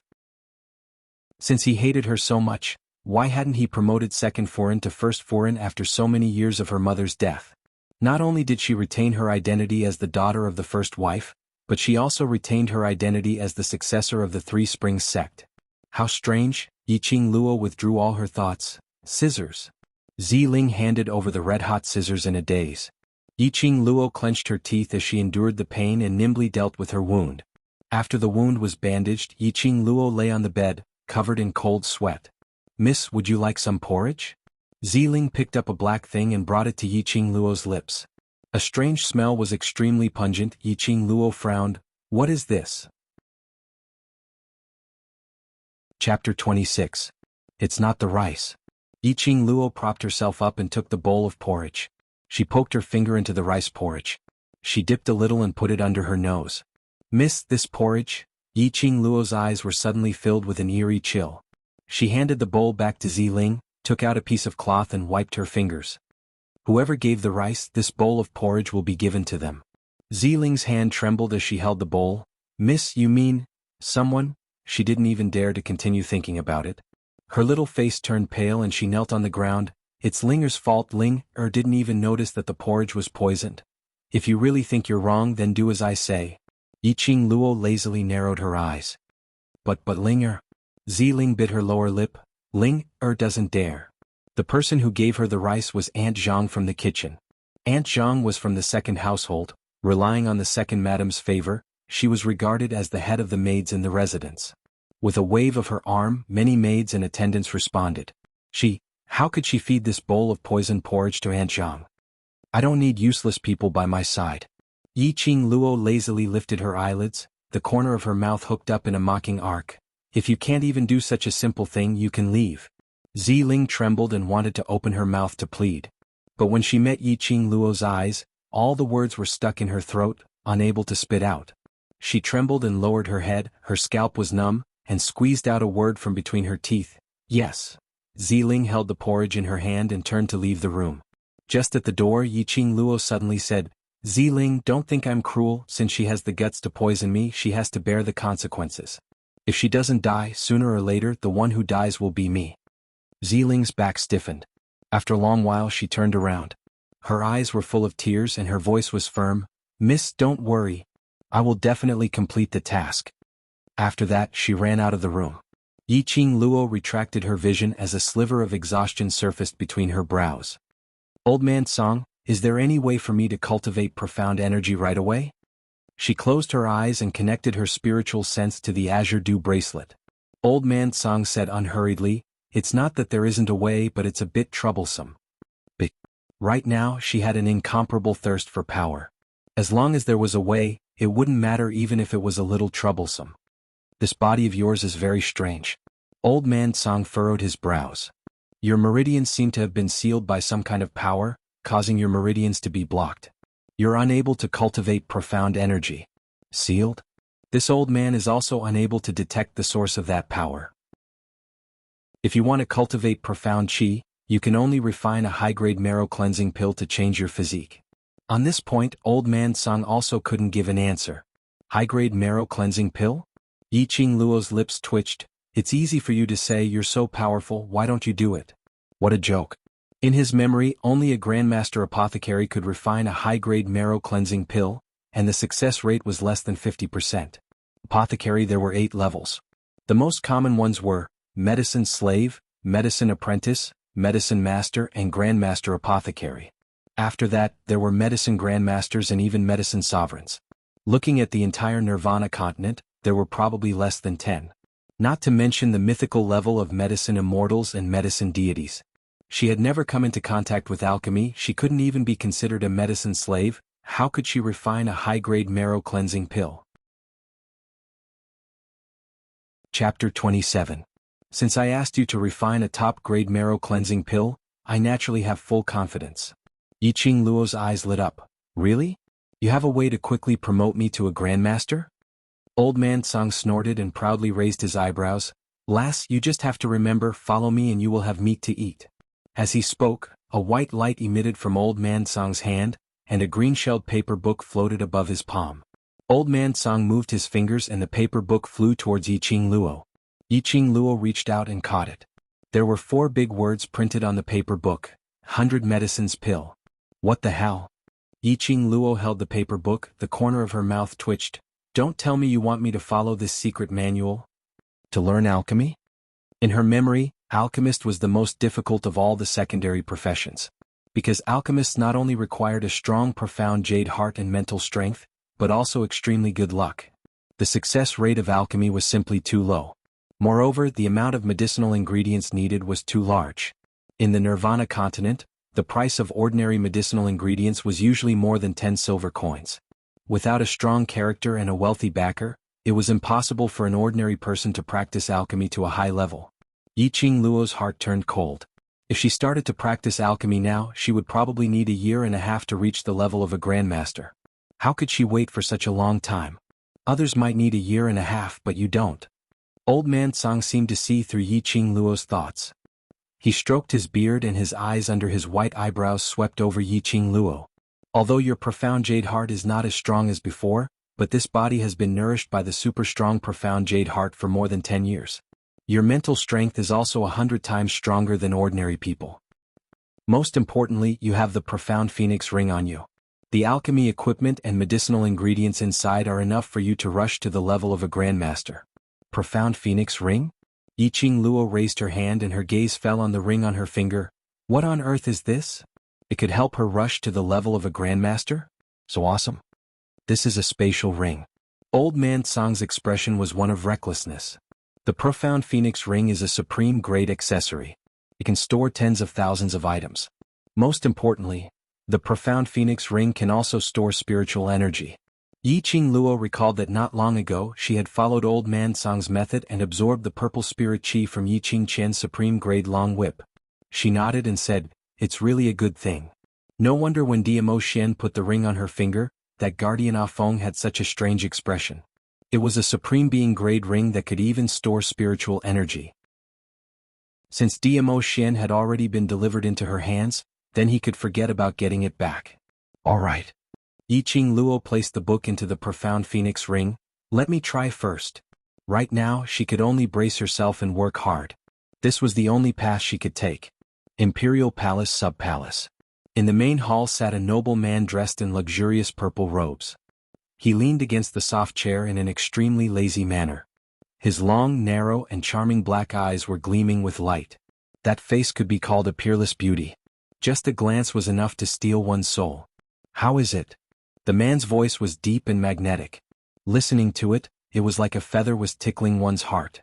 In the main hall, a young man dressed in black knelt on the ground, just as the overlord expected. That 7th Miss Yi is not easy to deal with. He told the man in detail about Yiqing Luo's actions today. Hearing this, the man's long curly eyelashes trembled slightly and a faint smile flashed across his face. In his mind, Yiqing Luo's cold little face appeared. The smile on his face deepened. His slender fingers lightly clasped on the chair. After a while, the man laughed softly. Ah Feng continued to follow her. I want to know every move she makes. Chapter 28. Yiqing Luo withdrew her divine sense from the profound phoenix ring. At this moment she fully understood why Old Man Song was so sure that with the profound phoenix ring and her innate talent, she would be able to rush to become a grandmaster apothecary in a short time. No wonder it was a supreme grade interspatial ring. The profound phoenix ring was neatly categorized according to the categories. The medicinal material area had its own medicinal material area. The weapons area had its own weapons area. The accessories area had its own accessories area. All in all, it had everything.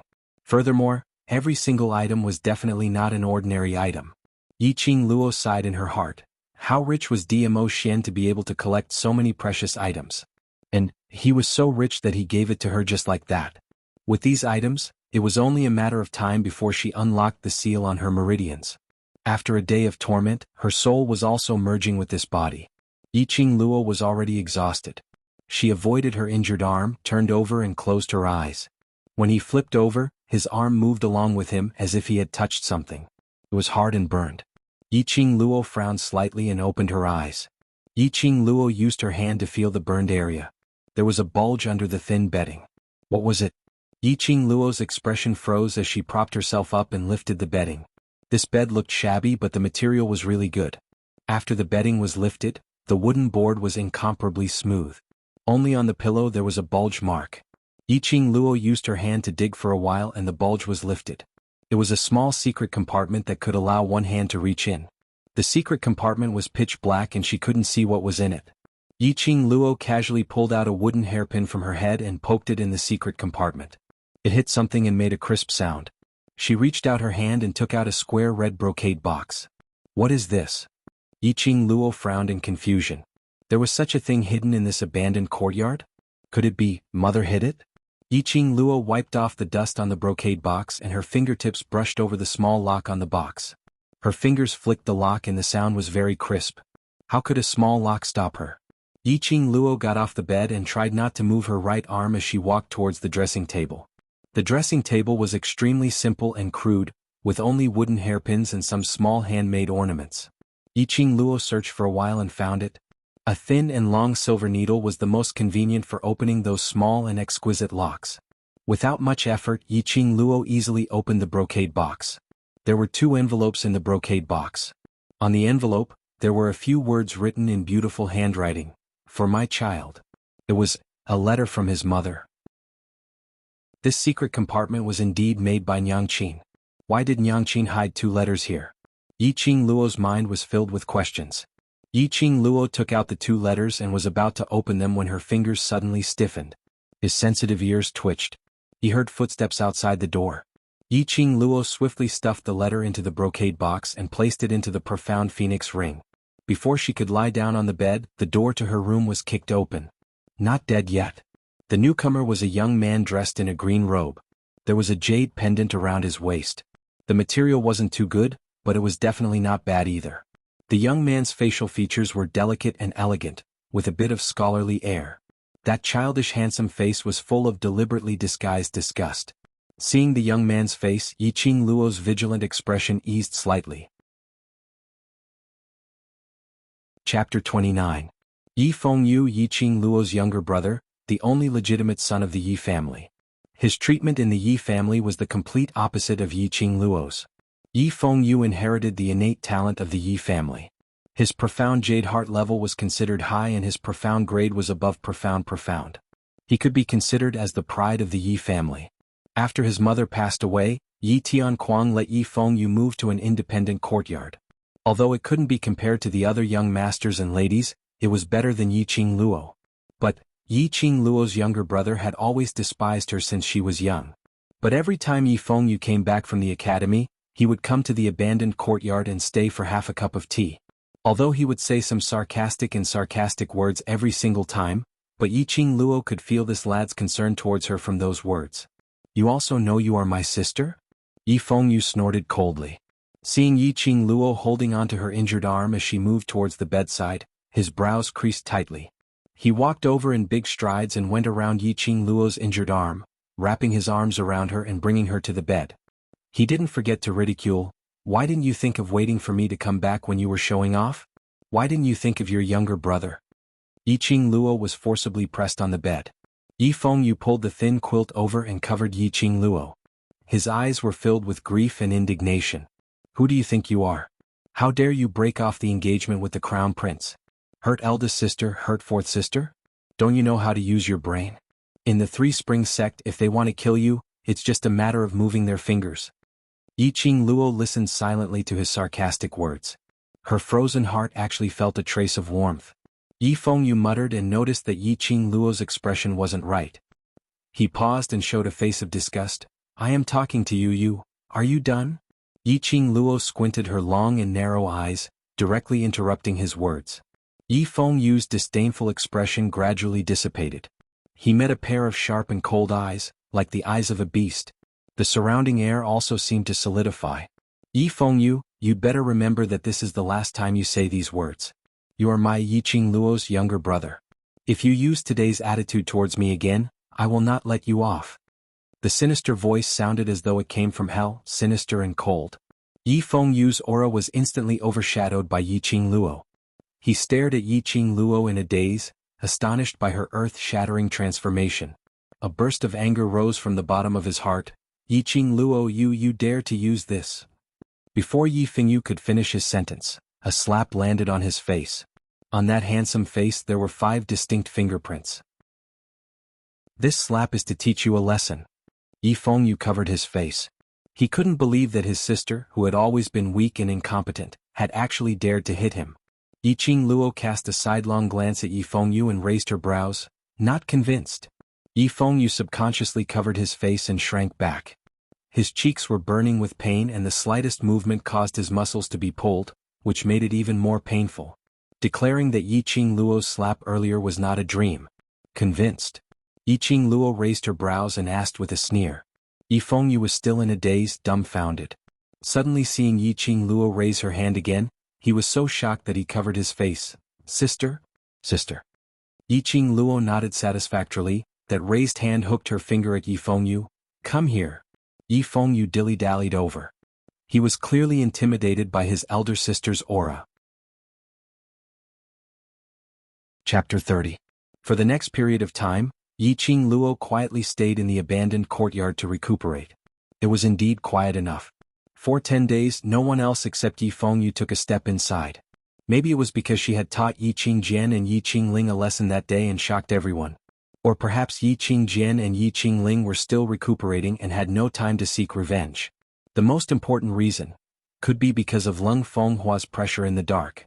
What Yiqing Luo did every day was to lie on the bed and use her divine sense to enter the Azure Dew bracelet and refine pills under Old Man Song's guidance. She wanted to use the fastest speed to refine the top-grade marrow cleansing pill. The time in the Azure Dew bracelet was not the same as the outside world, so there was a slight deviation. 1 day in the outside world was 10 days in the Azure Dew bracelet. It also greatly shortened the time needed for Yiqing Luo to refine pills. No wonder Old Man Song was so sure that she would not need a year and a half to become a master alchemist. Yiqing Luo's soul directly crossed over to another world, so there was no need to talk about her mental power. And the profound jade heart that Diamo Shen gave her was enough to let her release her heart fire to refine pills. Because of this, in just 10 days Yiqing Luo had already rushed to the level of a master. Although it was only a word's difference from a master alchemist, but to be promoted to a master alchemist, it was simply a difference of 108,000 miles. During this time Yi Fengyu was completely subdued by Yiqing Luo. He listened to Yiqing Luo's arrangements and after returning from the academy, he reported to the abandoned courtyard. Then, in front of Yiqing Luo, he demonstrated what the master had taught him from beginning to end. If the level of your jade heart can't be upgraded, it will also affect the promotion of profound qi. Your foundation is stable, but without pressure, you will never be able to break through your current barrier. Yiqing Luo was very clear about this feeling. Anything, when it reached a certain realm, would be blocked by a barrier. If this barrier was crossed, then congratulations, you have successfully passed the tribulation, broke through the profound grade, and directly reached the next realm. If you can't, then you will forever be stuck at this level, unable to advance. I have a way to stimulate your potential and transform you again. Of course, this process is not as easy as you think. Yiqing Luo said the ugly words first. If you nod your head now before you reach my standard, you are not allowed to back out. Yi Fengyu did not flinch and nodded without hesitation. Yiqing Luo then used the modern method of training hermits on him. She searched through the profound phoenix ring and found countless heavy accessories. Although these ornaments were small, the actual weight of these ornaments was more than 5 kilograms. In the middle of the courtyard, Yi Fengyu was already carrying a weight of 100 jin and was currently fighting. With great difficulty, he had just gotten used to the 50 kilograms of weight when he heard an enchanting and sweet voice, "Add another 50. He said it in a carefree and relaxed manner. Hearing that Yiqing Luo wanted him to continue adding more weight, he wiped off the sweat on his forehead and wailed, "Sister, I've really reached my limit." Limit? A person's limit lies in continuous challenges and continuous breakthroughs.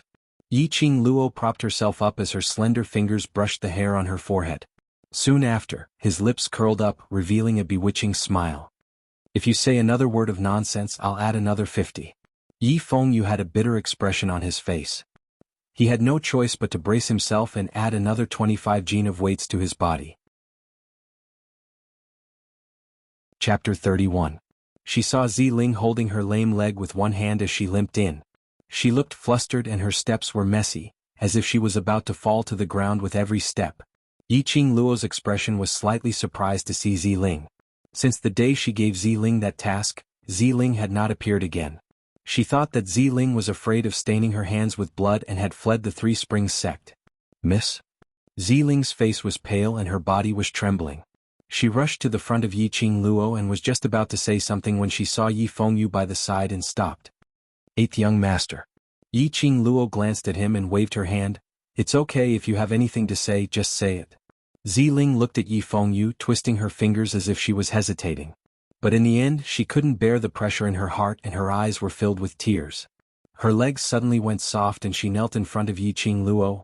Miss, I killed someone. I killed Aunt Zhang. Ziling was only 13 or 14 years old and it was her first time killing someone. She couldn't help but feel helpless. Yiqing Luo was even more surprised.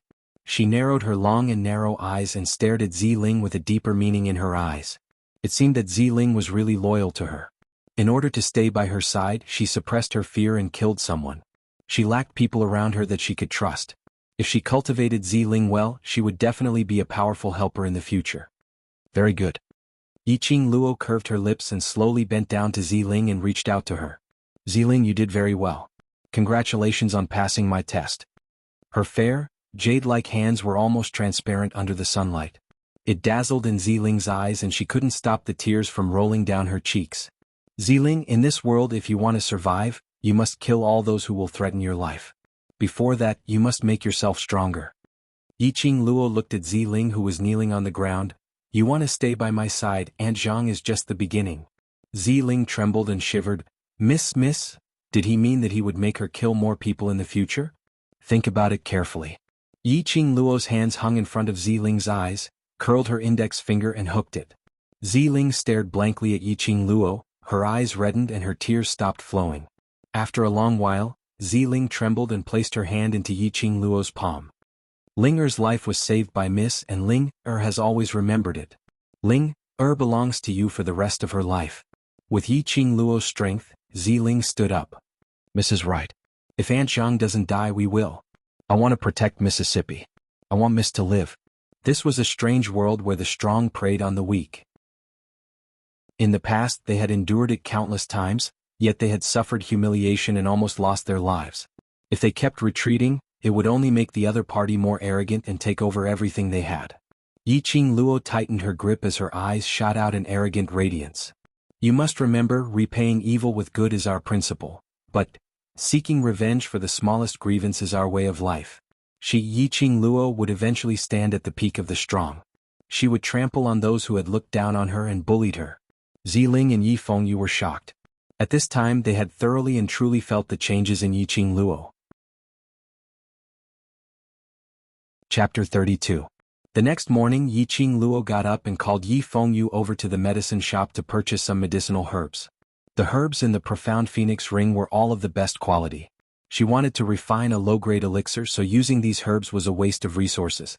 After watching Yi Fengyu train these past few days, he still had no way of breaking through the level of his profound jade heart. She felt that it was better to first borrow the elixir to help Yi Fengyu break through to the next level, and then slowly stabilize his profound qi. Moreover, since Ziling was determined to follow her, she must cure Ziling's leg. She had robbed all the money from Yi Fengyu. Who would have thought that the lad had secretly hoarded nearly 20 gold coins without saying a word? 20 gold coins was equivalent to 200 silver coins. It was enough for her to buy enough medicinal herbs. Yi Fengyu's heart ached as he put on a bitter face and brought Yiqing Luo to the biggest medicine shop in Three Springs City, Pristine Elixir Medicine Shop. The moment Yiqing Luo entered, a shopkeeper greeted her. Isn't this young matriarch an eighth young master? Come, please come in. Yiqing Luo was stunned by the shopkeeper's enthusiasm. One must know that wherever she went in the past, people would chase her away. Who would care about her identity as the young sect master? Half a month ago you beat up eldest sister and fourth sister at the entrance of the Three Springs sect, and even annulled the crown prince's marriage in public. Who would dare to treat you as a waste now? Yi Fengyu whispered into Yiqing Luo's ear. No wonder so many people were pointing at her and gossiping along the way. Under the enthusiastic guidance of the shopkeeper, Yiqing Luo and Yi Fengyu walked into the medicine shop. There were many people in the medicine shop, and there were many people wearing alchemist clothes coming and going. Looking at the medals on their chests, one could tell the rank of each alchemist. Most of the people who received and introduced the medicinal herbs were at the level of an apprentice. Yiqing Luo was just about to list out the list of medicinal herbs when she saw a group of people swaggering in. There were 6 of them. A person stood in front of him, exuding a ruffian aura. The 5 of them followed behind aggressively. "Get out of the way, get out of the way. Shopkeeper, where is our young master's medicine?" A fierce-looking attendant stepped forward and slammed his palm on the counter. The surrounding commoners were so shocked that they all fled from the medicine shop. Yo-ho! Enemies were bound to meet on a narrow road. He was an acquaintance. Yiqing Luo's brows rose as she swept a glance at that man who was filled with a ruffian aura. Noticing her gaze, he looked over.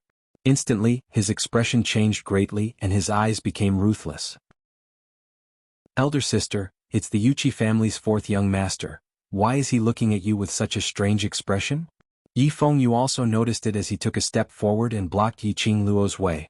It was just a casual action, but it showed how much he cared about Yiqing Luo. Yiqing Luo's eyes were filled with smiles, revealing some warmth. "It's all right, just watch. This Yuchi 4th young master has a reputation of being a playboy and his character is corrupt. It's best if we don't get involved with him," Wuxia said as he pulled Yiqing Luo's hand, wanting to leave. Yiqing Luo burst into laughter. Right now, she was afraid that it wasn't up to her whether she was willing or not to be involved with Wuxia. But Wuxia wouldn't easily let go of this opportunity. Sure enough, a servant came over and shouted fiercely, "7th miss of the night, my young master invites you." Yi Fengyu immediately shoved Yiqing Luo behind him, his eyes suddenly filled with a gloomy chill. "Get lost. Don't refuse a toast only to drink a forfeit." That servant's face was flushed red as he raised his fist and ruthlessly struck towards Yi Fengyu. Chapter 33. Yi Fengyu's face darkened. He suddenly lifted his leg and kicked that follower's abdomen. The follower cried out in pain and rolled out while clutching his stomach. "Wuxia, for the sake of being a classmate, take your men and get out of here, otherwise today we are not finished." Yuchi family was one of the 4 great families. Uchiya's position was not to be underestimated. Although Three Springs sect's power was getting weaker in recent years, it was still the #1 sect in the Western continent. If he really wanted to meet force with force, Yi Fengyu had nothing to fear. Uchiya watched his follower being kicked away, his eyes filled with ruthlessness. "Not finished? This young master wants to see how you will not finish with this young master." Young master Yuchi, haven't you enjoyed the taste of that day? Are you addicted?" Yiqing Luo pushed aside Yi Fengyu who was standing in front of her and leisurely walked forward. Mentioning that day, Uchiya's face in a split second became overcast. "Yiqing Luo, you are courting death." Yiqing Luo sneered, "If I am courting death, then you are courting?" That day at Heavenly Fortune Inn, she had fed the 4 men and locked them in a room. Presumably, that day would be unforgettable for Uchiya. Sure enough, mentioning this word, Uchiya's face flushed red, blue veins bulging on his forehead. "You guys go. Bring Yiqing Luo here." He waved his arm and called for the followers behind him to surround Yiqing Luo. Last time he let Yiqing Luo go was only because the Overlord was present. He thought this little waste had entered the Overlord's eyes. But now it seemed that the Overlord should only be interested in Yiqing Luo for a while. Several followers heard the order, immediately pulled out a broadsword from their waist and pounced towards Yiqing Luo. The common people and the medicine shop's pharmacists screamed and avoided. "Little you." Yiqing Luo sneered and shouted for Yi Fengyu. At the same time she took a step back. "Come at me." Yi Fengyu leaped forward and stood in front of the entourage. Surrounded by 4 strong and fierce-looking men, Yi Fengyu appeared even more petite and exquisite. But Yi Fengyu made a move, not showing any weakness. He reached out and grabbed the chair beside him. Then he ordered the attendant in front of him to sit down. Then, with a nimble sway of his body, his chi broke out of his body. The 4 followers also released their shen chi. The follower who had been sent flying by Yi Fengyu earlier also joined the battle. Yi Fengyu fought 1 against 5, and the sounds of battle rang out. Yiqing Luo leaned against the medicine cabinet and narrowed her eyes, sizing up the battle situation in front of her. Yi Fengyu's next move, she had a rough grasp of it. Her little brother's profound heart jade wasn't too bad, and the cultivation conditions Yi Tianquang gave him weren't bad either. The only thing he lacked was his comprehension ability. Every move and every style was too standard and standard. Although each and every one of his moves looked ruthless, he was too kind and controlled his strength too much. What about the 5 attendants? Perhaps it was because Wuxia had suffered a loss at the heavenly fortune in last time. The profound ranks of these 5 followers were all too low. The weakest was Yellow Shen 6th grade and the strongest was Shen Xian. The Yuchi family really felt rather sorry for this 4th young master. In this kind of battle situation, Yi Fengyu was completely at a disadvantage. That Shen Xian level follower also saw Yi Fengyu's weakness, and while the other 4 were entangling with Yi Fengyu, he circled behind him. Yi Fengyu was still fighting with the other 4 and didn't pay attention to his back. Chapter 34. Yi Qingluo's eyes turned scarlet in a split second, full of murderous intent. With a light tap of her toes, she quickly moved into the middle of the fighting crowd. Wuxia had been glaring at Yi Qingluo with hatred. Seeing her move, he immediately followed. Yi Qingluo's figure was strange, quickly moved behind that follower. Just as the follower's palm was about to hit the back of Yi Fengyu's head, his wrist suddenly felt a sharp pain. He saw a slender jade hand tightly clasping his wrist. That jade hand was white, the skin like cream. The fingers were like green onions, so thin that it seemed to have no strength. But it was this pair of hands that pinched the tendons in his wrist. Just a little bit of force and the tendons in his arm would definitely break. "Want to touch my brother? Who gave you the guts?" Yi Qingluo smiled enchantingly, 5 fingers clasped. That follower burst into a scream, clutching his wrist, rolling on the ground. Yi Fengyu then realized that someone had sneak attacked him from behind, a little embarrassed to look at Yi Qingluo. "Sister, thank you." Yi Qingluo's cold eyes swept over, immediately dragging his body to the side to avoid. Soon after, her leg flew up and kicked the stomach of the sneak attacker. When facing the enemy, the most taboo is to be soft-hearted and absent-minded. On the battlefield, these 2 points are enough to take your life. Yi Qingluo's cold voice was mixed with anger. Yi Fengyu was slightly startled, understanding the meaning of his sister's words. Thinking of the words that Yi Qingluo and Ziling said yesterday, he suddenly seemed to understand something. His eyes became firm. "I understand."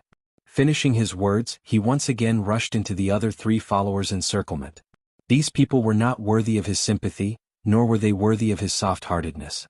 If he was soft-hearted, the person who would die, not only him but also his sister.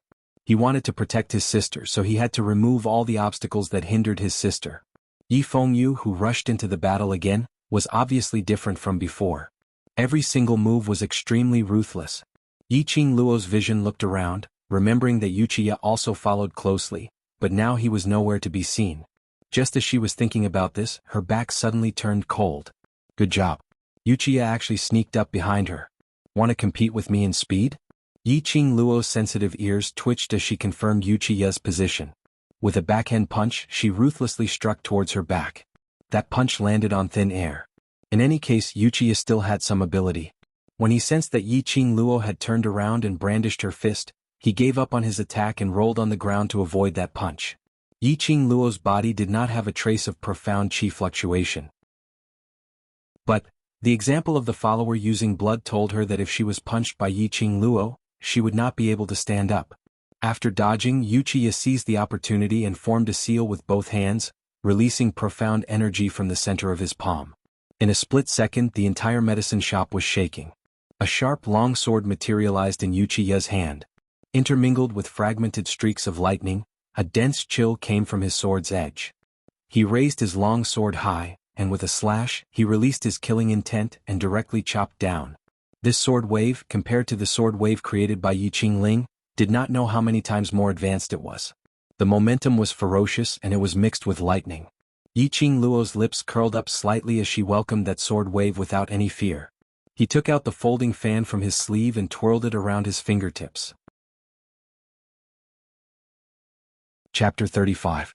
Just as Yi Qingluo was about to dodge, she felt that powerful qi wave actually bypassed her and smashed next to Wuxia's feet with a loud bang. It just so happened to block the sword wave that Wuxia set off. "Who is it?" Wuxia's attack didn't land and he roared in uncontrollable rage. Yi Qingluo also looked in the direction of the profound qi attack.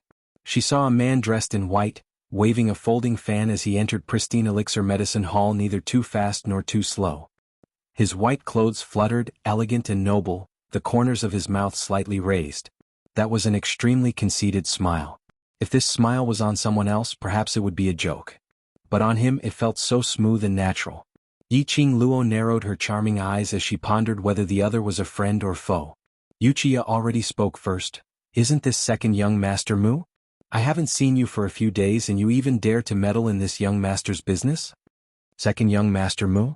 Yiqing Luo searched for this name in her memory. She actually had a bit of an impression.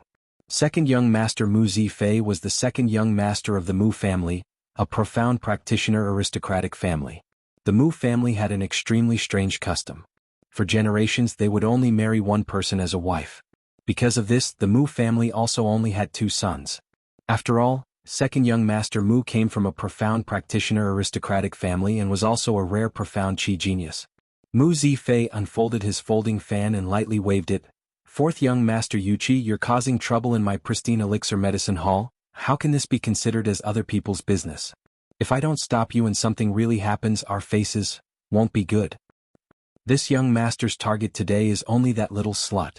Give her to me and this young master will immediately leave with my people. Yuqi put away his long sword.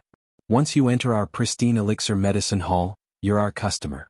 If I hand over pristine elixir medicine hall's customer to you today, how will the common people view pristine elixir medicine hall? Mu Zifei raised his fan and waved it. Yuqi's face suddenly sunk. So you're saying that you want to oppose this young master for that trash? I don't dare oppose you. What I'm doing is only to protect the safety of the medicine hall's customers. If fourth young master Yuqi insists on causing trouble in my pristine elixir medicine hall, then I can only offend you.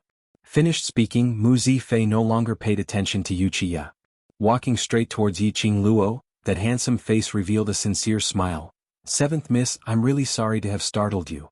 Yiqing Luo nodded indifferently. In his heart he had some appreciation towards Mu Zifei. I'm pristine elixir medicine hall's second young master, Mu Zifei.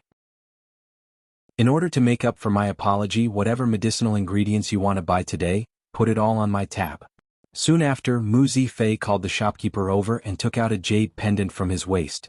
Bring seventh young miss to the back room to choose medicinal ingredients. The shopkeeper took the jade pendant and respectfully made a pleased gesture. Seventh miss, please come with me. Yiqing Luo didn't stand on ceremony as she pulled him along and followed the shopkeeper to the back room. Seeing that Yiqing Luo wanted to leave, how would Yuqi be willing to let her go? He immediately raised his sword high and unleashed his stellar energy. However, Yuqi had just gathered his profound energy when Mu Zifei, who was still 10 steps away, suddenly appeared in front of him. He fiercely sent out a palm hacking onto Yuqi's chest. Yuqi screamed miserably and fell to the ground, spitting out a mouthful of blood. Yiqing Luo's leg, which was just about to step into the back room, suddenly stopped. She looked at Mu Zifei with great interest, incomparably admiring his neat and tidy movements. Chapter 36. Sister, you can't be. Yi Fengyu's expression congealed as he looked at the center of the medicine shop with slight worry. He saw Yuqi slap the ground with his palm and leap up. His long sword turned and met Mu Zifei head-on. Mu Zifei was unruffled as he withdrew his folding fan into his sleeve. Replacing it was a blood-red longsword. The sword and sword collided and profound qi violently surged out. The sword light was resplendent and the sword qi was awe-inspiring. It carried an extremely strong and majestic qi wave as it exploded with a loud bang. Was this a battle between the strong? Yi Fengyu's heart thumped. Do you feel that you are clearly on par with their profound grades, yet you are unable to display their imposing manner? Yiqing Luo saw through Yi Fengyu's thoughts in one glance. Yi Fengyu stared ahead in a daze. A certain place in his heart was gradually changing. You will also have this kind of imposing manner. Yiqing Luo hooked up a smile and stuffed the medicine list into his palm. Think carefully when you confronted those 3 attendants at the end, what was in your heart? Only you can understand the disparity between you and them. Yi Fengyu's eyes flashed as he vaguely grasped something. Yiqing Luo pushed Yi Fengyu towards the back room. Don't worry sister, go ahead. Yi Fengyu picked up the medicine list as he was being pushed and glanced at it. He coughed fiercely. Avoiding the shopkeeper who was leading the way, he lowered his voice and leaned close to Yiqing Luo's ear. Sister, aren't you looting a burning house? That medicine list was filled with a bunch of names of medicinal herbs. Added together it was at least 10 gold coins. 10 gold coins, 10. Yiqing Luo disapprovingly raised her eyebrows. She was very calm. Is the Mu family lacking in gold coins? Since second young master Mu proposed that all the medicinal herbs I bought today are free of charge, I'll take 1 copper coin's worth of medicinal herbs and 10 gold coins as well. What's wrong with that? Yi Fengyu was speechless. In the end, he followed the shopkeeper into the back room with a red face under Yi Qingluo's coercion. When Yi Qingluo returned to the medicine shop's main hall, she discovered that Wuxia had already fought his way outside the medicine shop under Mu Zifei's lead. Yi Qingluo raised her eyebrows. She was somewhat interested in this second young master Mu. They would start fighting at the slightest disagreement, and they would never resort to words to settle things that could be settled with their fists. She admired such a decisive man. Mu Zifei, what's your relationship with that trash? Unexpectedly for her, you don't hesitate to oppose this young master? Wuxia was in an extremely sorry state.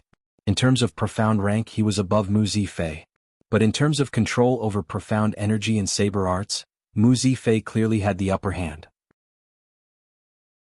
The hand gripping the sword was already numb from Mu Zifei's relentless advance and the collision of the sword and saber.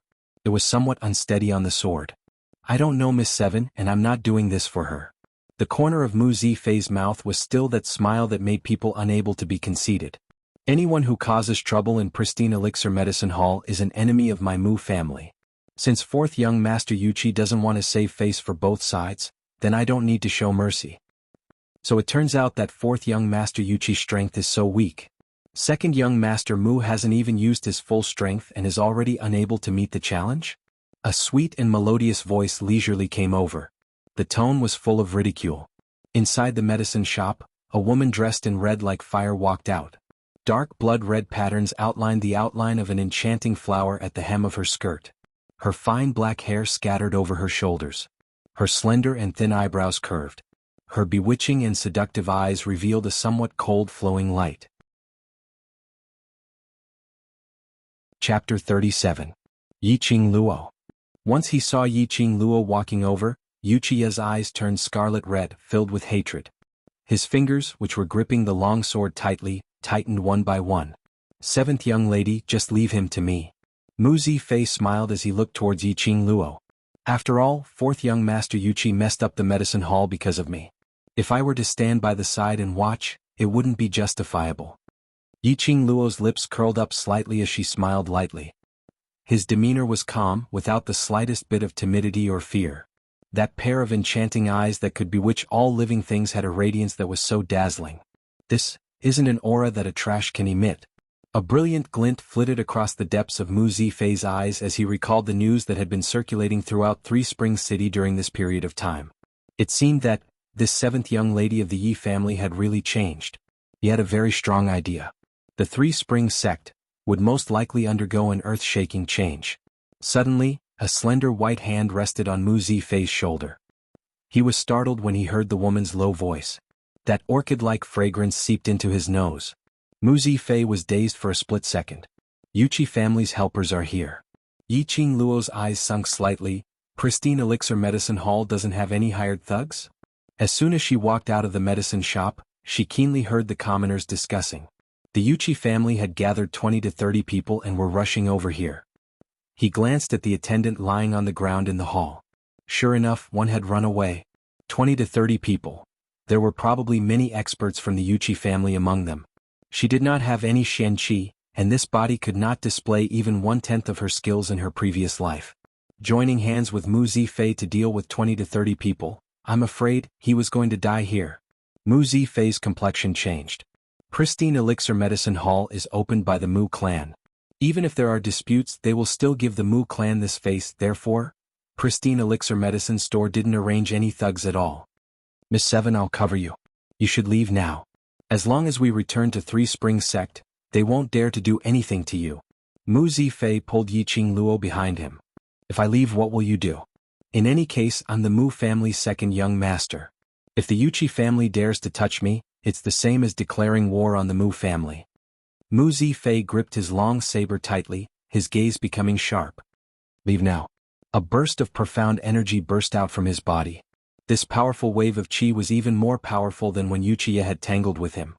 His long blade flicked upwards and profound energy surged madly in the surroundings. A 4-foot-long blade radiance was already directly pressed down towards Wuxia. This saber turned into an astonishing beam of light that pierced through the sky. Yiqing Luo retreated a few steps under that strong airwave. Half squinting her charming eyes, she deeply stared at the man who used his full strength to attack Wuxia. A smile quietly leapt onto the corner of her mouth. He was serious.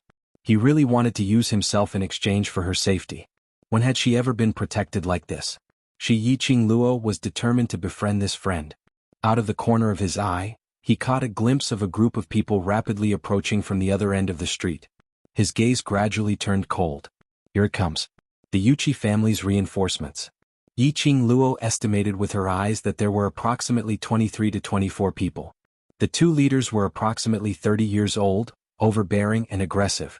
Apart from the two leaders' profound levels at Mystic Profound 9th grade, there were still 4 7th grade Profound practitioners. The rest were all at the Yellow Profound realm.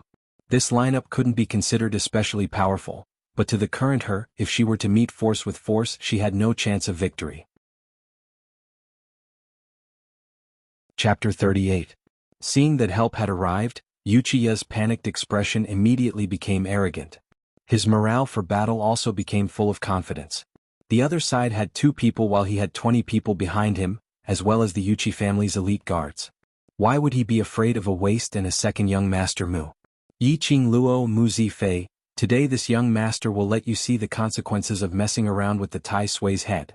Wuxia's long sword cut through the air like a streak of azure light, carrying the chill of a sword. In a split second the entire sky was covered in lightning and thunder, sealing off Yiqing Luo and Mu Zifei from all directions. Yiqing Luo and Mu Zifei looked at each other. When they saw the smile that flashed in the other's eyes, they coincidentally hooked the corners of their lips. A murderous aura floated in Yiqing Luo's eyes, and the folding fan in her sleeve flipped at her fingertips. The tip of her toes touched the ground, and her figure immediately transformed into an afterimage. Mu Zifei's longsword condensed profound qi and slashed down horizontally. With each slash the earth seemed to shake, red like thunder. He opened a path for Yiqing Luo.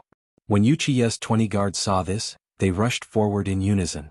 Profound qi soared to the sky, and the surrounding common people's stalls and tables were all overturned. Items smashed onto the ground and shattered into pieces. At first, when Mu Zifei and Wuxia fought, they didn't harm the common people. These 20 people moved together and immediately the entire street was filled with screams and clamor. The folding fan in Yiqing Luo's hand was like a sharp blade, spinning at high speed at her fingertips. Her acuity was extremely high, her speed was extremely fast, and she also possessed the unique footwork she learned in her previous life. Several profound practitioners didn't even have time to make a move when they felt a chill on their necks, and they already fell to the ground. Quick! Stop her! The 9th Mystic Profound Grade middle-aged man shouted sternly. His palm moved and split open the blade qi created by Mu Zifei. Immediately he pulled out a sharp broadsword from his waist and chopped at Yiqing Luo.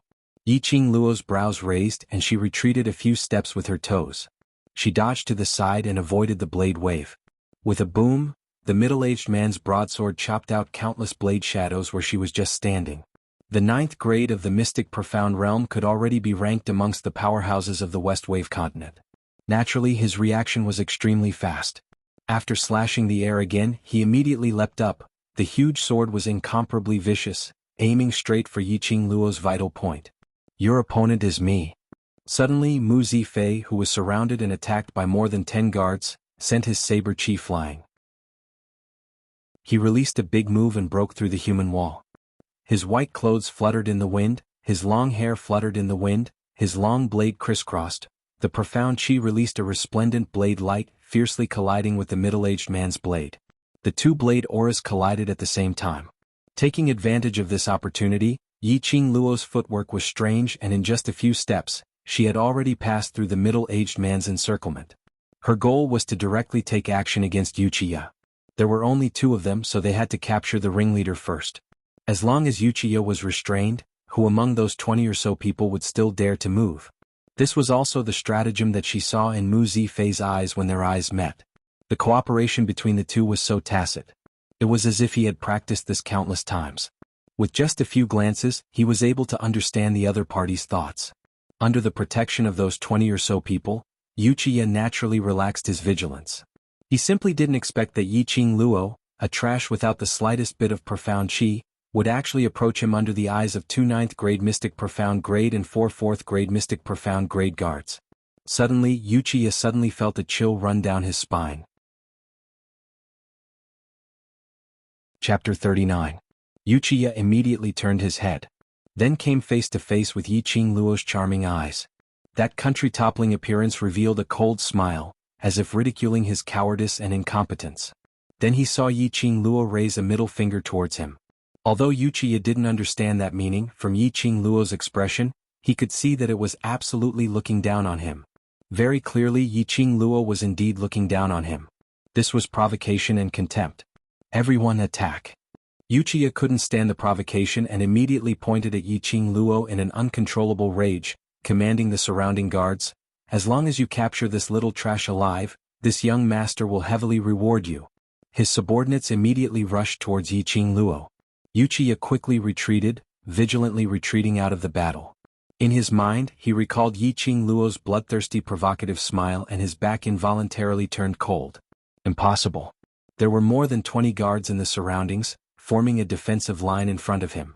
Even if Mu Zifei was there, he could at most block the mystic profound ninth-grade middle-aged man.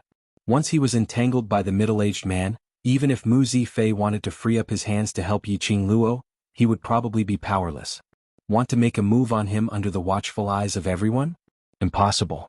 Numerous guards surrounded Yiqing Luo, but in the blink of an eye, they had already lost all traces of Yiqing Luo. What kind of sorcery did that witch use?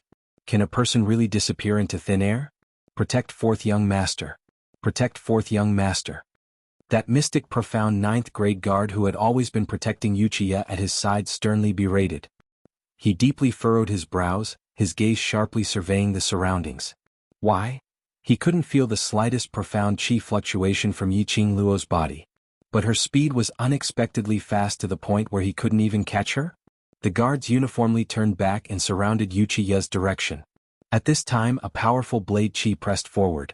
A white silhouette leapt into the crowd, long blade dancing with a kind of ferocious imposing manner, completely evading the surrounding guards. It was Mu Zifei.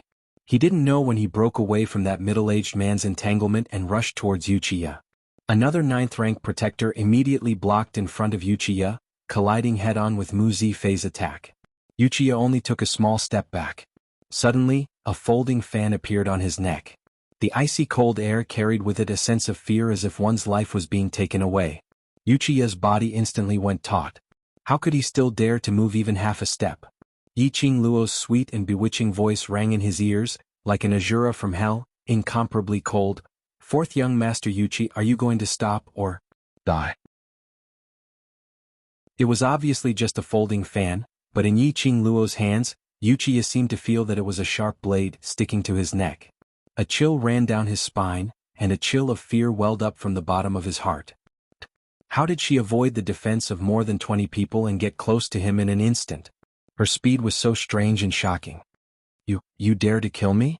This young master is Wuxi." Before he finished speaking, that folding fan had already approached Wuxia's blood vessels. A tingling sensation made Wuxia suck in a breath of cold air. "Stop. All of you stop for this young master." He repeatedly screamed involuntarily. The surrounding 20 people all stopped what they were doing. The ordinary guards were endlessly dazed. And those several mystic profound and above guards' complexions immediately turned ashen. Chapter 40. Under their eyelids, Yiqing Luo had restrained Wuxia. This was simply a slap to their faces. With just a turn, Yiqing Luo had already approached. This wasn't just because of the speed. Yiqing Luo didn't have any profound chi, so they couldn't sense her presence from her profound chi fluctuations. But her speed was fast and nimble. It would bring along the wind. The wind would easily expose a person's target. However, Yiqing Luo's approach was completely silent. Without any flaws, she didn't give them any chance to react at all. After Yiqing Luo succeeded, Mu Zifei immediately stopped and returned to Yiqing Luo's side. "Yiqing Luo, let go of my young master." The guard's eyes were sinister as he pointed at Yiqing Luo. "If you dare to touch a single hair on our young master, our Wuxi family will make sure you die without knowing how." Yiqing Luo sneered as her fingers lifted Wuxia's chin. Blood had already seeped out from a spot on his neck. "You can try and see if this young patriarch dares." Yiqing Luo's lips curled up slightly as her fingers holding the fan moved randomly. With each movement, Wuxia felt a burst of stinging pain. like the pain of a blade cutting through his skin. He was so shocked that he repeatedly shouted, his face full of fear. "You, stop. Stop. Yuchi family is really imposing, actually daring to openly despise my Three Springs sect, despise the Mu family." Yiqing Luo actually stopped, her charming eyes staring straight at the guard. Is the Yuchi family preparing to rebel and want to become the #1 family in the Western continent? The guard's expression congealed. Such a big hat would easily arouse the vigilance of the other families towards the Yuchi family. Just as he was about to answer, he saw Yiqing Luo's fan move closer to Yuchiya's neck. That pair of cold and enchanting eyes was warning him. He wanted to explain but didn't dare to open his mouth. If he didn't explain, he was afraid that if someone with ulterior motives heard, this Yuchi family would once again stir up great waves. Brilliant. Yiqing Luo's move was really brilliant. The two middle-aged guards looked at each other and couldn't help but sigh in their hearts. This Yi family's 7th miss seemed to have changed into another person. For a moment, both sides were in a deadlock. Yuchi family's ability has indeed grown, actually daring to cause trouble in my pristine elixir medicine hall. A clear voice came from afar. A man dressed in luxurious blue robes walked over with his hands behind his back. His figure was tall and slender, and his face was handsome and refined. His entire body emitted a scholarly aura. Yiqing Luo followed the direction of the voice. When he met that pair of smiling azure eyes, a surprised expression appeared on his face. Wasn't this the man whom she had borrowed, the fan from outside the Three Springs sect? I didn't expect to meet him here. Big brother, why are you here? Suddenly they heard Mu Zifei shout at the man beside them. The man raised his eyebrows slightly, and a bright smile appeared on his handsome face. If anything happens to you, father and mother will be talking about me.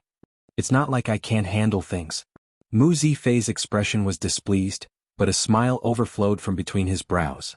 It could be seen that the two brothers had a very good relationship. As they were talking, the man had already crossed the crowd and stood between Yiqing Luo and the guard. I, Mu Zifan, am the eldest son of the Mu family and also the owner of Pristine Elixir Medicine Hall. If you insist on touching my people in my territory, then the Mu family will accompany you to the end. Chapter 41. The two middle-aged guards spread open their arms and pushed the 20 guards behind them back a few steps. The Yuchi family doesn't want to become enemies with the Mu family. Our 4th young master's target is only the Yi family's 7th Mississippi. If the two young masters of the Mu family make things convenient and hand over the Yi family's 7th miss, we will leave immediately. I won't intervene in the grievances between the Yuchi family and the 7th Mississippi. Although Mu Zifan was smiling, there wasn't the slightest hint of a smile between his brows. Big brother. Mu Zifei hurriedly shouted, knitting his brows tightly. How can you not? Mu Zifan raised his hand and stopped him. A pair of cold eyes coldly looked at that guard. But the 4th young master is in my Pristine Elixir Medicine Hall looking for trouble with the 7th Mississippi. Then I have no choice but to intervene. You. The middle-aged guard was so angry that he couldn't speak for a long time. What's the point of talking so much nonsense? Either kneel down and apologize to this young master, or this young master will send you to hell. Yiqing Luo listened to both sides negotiate back and forth, but no one asked her opinion. Yuchiya was in her hands. The ones who should be afraid, should shrink back was the Yuchi family, and not the people on her side. She didn't need to negotiate with the Yuchi family at all. Yiqing Luo, don't bully intolerably. Yuchiya's complexion immediately turned ashen. Make him kneel? In this life, apart from the current monarch, no one could make him kneel. Am I bullying people? What I'm bullying is nothing but an animal. Yiqing Luo sneered.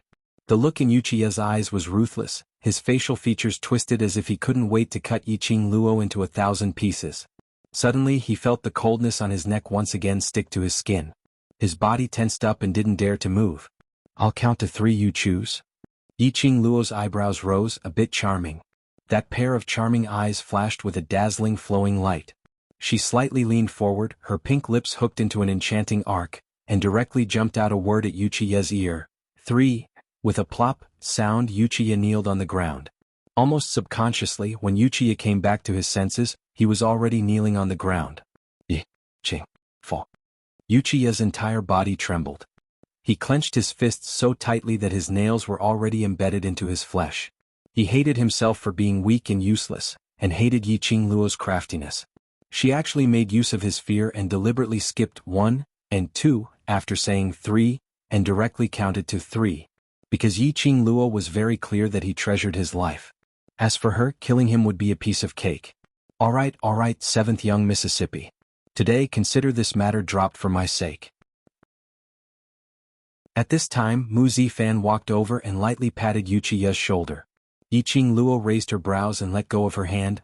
Alright, this young matriarch shall give you this face. Today's matter, this young matriarch shall treat it as if nothing had happened. Mu Zifan faintly nodded. He single-handedly grabbed Yuchiya's shoulder, smiling warmly. My 2 guards, since 7th young miss has already decided not to pursue your wrongdoings, this matter ends here. Lead your young master and get lost from pristine elixir medicine shop. He casually tossed Yuchiya, who weighed 100 kilograms, out as if he was throwing away garbage. Those 2 middle-aged guards were so angry that their complexions darkened. The light in their eyes was gloomy, and they leapt up one after another, catching Yuchiya. One on the left, one on the right, they supported Yuchiya's arms on both sides. Chapter 42. What was meant by treat it as if nothing had happened? What was meant by 7th young lady wouldn't pursue their wrongdoings? What was meant by this matter would end here? Could they still have some face? Yuchiya fiercely clenched his teeth, his eyes brimming with killing intent. It was as if he had already forgotten that he was the first to provoke Yiqing Luo. Mu Zifan took out a token from his waist and said with a light smile, apart from my identity as the eldest son of the Mu family, I am also the young chief of the Alchemist Guild. That token was the size of a palm and was golden in color. The word medicine was clearly visible. The 2 middle-aged guards opened their mouths, but no one listened to Yuchiya's words and went to arrest him. Alchemist Guild. Who didn't know how powerful the Alchemist Guild was? The Alchemist Guild was one of the top powers in Nirvana realm. They specialized in recruiting alchemists and covered the entire Nirvana realm. Although alchemists weren't common, there were still 2,000 to 3,000 of them gathered together. Every continent also had a division of the Alchemy Union. Don't look at the number of people in the Alchemist Guild as compared to other large powers. But this Alchemist Guild was the target that countless large families wanted to curry favor with. They had countless supporting powers behind their backs. The Alchemist Guild's objective was, one person, one medicine to rule the world. Unexpectedly, Mu family's Mu Zifan was actually the Alchemist Guild's young chief. If they provoked the Alchemist Guild, just one word and there would be countless powers pouring out to work for the Alchemist Guild. What are you guys still standing here for? Go for this young master. If anything happens, put it all on this young master's head. Yuchiya was so angry that he lost his head. How could he care if he was some young chief or young sect master? His mind was only filled with the desire to kill these 3 people. 4th young master, even if master came, he would still have to be courteous when he sees the young chief. The middle-aged guard whispered in Yuchiya's ear. Yuchiya's fierce expression suddenly froze. Children who relied on their fathers relied on their fathers. Once they heard that their fathers also had to be courteous, the child who relied on their fathers became terrified. 4th young master, let's go back first and report this matter to master. Let master take revenge for you. The guard gave an idea. All right. Yuchiya clenched his fist and forcefully suppressed the anger in his heart. Today, this young master will give you a way out and let you off this time. I will definitely make you suffer the consequences. Throwing down these ruthless words, Yuchiya dejectedly left under the escort of the guards. Mu Zifei excitedly rushed to Mu Zifan's side, his eyes filled with excitement. Big brother, you took the Young Alliance Master's command token? The Alchemy Union was all about strength. If one wanted to become the Alchemy Union's Union Master, they would need to have both a moral character and alchemy ability. As for the Junior Alliance Chief, he had to go through layers of selections and tests before finally becoming the future Alliance Chief of the Alchemist Alliance. Yiqing Luo sorted out the Alchemist Guild's matters in her memory, and the gaze which she shot towards Mu Zifan was filled with some probing intent. Coincidentally, Mu Zifan looked over. He was caught peeping. Yiqing Luo had no intention to conceal, but instead openly sized him up. 7th young lady, as the saying goes, no discord, no concord. I really appreciate your attitude. How about, we become friends? Mu Zifan asked with a faint smile. Yiqing Luo's slender brows raised slightly as she pretended to be disappointed and sighed. I thought we were already considered as friends. It turns out that eldest young master Mu only treats me as a friend now. Mu Zifan couldn't help but laugh out loud. Chapter 43. There was something fishy. There was a problem. There was definitely a problem. Just as Mu Zifei was abnormally serious and was about to ask questions, he saw Yiqing Luo folding the fan in her hand and handing it to Mu Zifan. "Thank you for lending me the fan, it helped me a lot." Yiqing Luo slightly raised her charming eyes and revealed a sincere smile. Mu Zifan took the fan, opened it and closed it again. "Why did 7th Miss think of using a fan as a weapon? The way you hold the fan is very skilled. Has 7th Miss been good at using a fan since young?" No wonder he was the young chief, his insight was simply too strong. To be able to easily see through her fan technique, he must have practiced it since young. She was surprised and apprehensive in her heart, but still had a sweet smile on her face. A fan is light enough, inconspicuous, relatively convenient and can be easily held. Therefore using a fan as a weapon is the first choice. As for the question of whether she had been practicing with a fan since young, Yiqing Luo directly avoided it and didn't answer. Mu Zifan was a smart person and naturally wouldn't continue to ask. Who knew why Yiqing Luo became so powerful overnight after being useless for more than 10 years? He was also too lazy to delve into these unimportant questions. Right now what he was most clear about was that he and Yiqing Luo weren't enemies. Just knowing this was enough. At this time Yi Fengyu, under the shopkeeper's lead, walked over with a face full of apprehension. Especially when he saw the two young masters of the Mu family were also at the side, his resolute legs suddenly froze in place. The embarrassment on his face was obvious. "Have you finished getting the medicine?" Yiqing Luo stepped forward and put one hand on his back, patting him in relief. Yi Fengyu stuffed the rolled-up medicine list into Yiqing Luo's hands, his young and handsome face tolerated shyness. "Yes, I have." Yiqing Luo was calm and spread out the medicine list. There were several wrinkles on the medicine list. It was estimated that when Yi Fengyu took the medicine, his heart was tangled. Mu Zifan's peripheral vision swept over the medicine list and a trace of surprise appeared in his eyes. 7th Miss bought so many medicinal ingredients, is it for refining medicine? There were at least hundreds of medicinal ingredients on that medicine list. What kind of prescription actually needed so many medicinal ingredients? It's used for alchemy. Yiqing Luo had no intention to hide as she nodded. 7th young lady, you're also an alchemist? When Mu Zifei heard this, he moved closer and lowered his head to look at the medicine list. At that moment he was completely stunned. He swiftly snatched the medicinal list over and gazed at the astonishing medicinal herbs on the list as his lips twitched. "Yiqing Luo, you don't have to do this." He said that the medicinal herbs were all exempted, but he had not expected Yiqing Luo to be so thick-skinned and shameless, with no intention of standing on ceremony at all.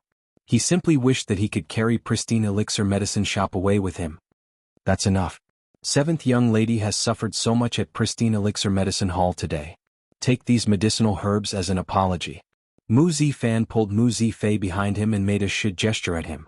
Immediately following that, he drew out a golden token and with a flick of his finger, that token flew directly towards Yiqing Luo.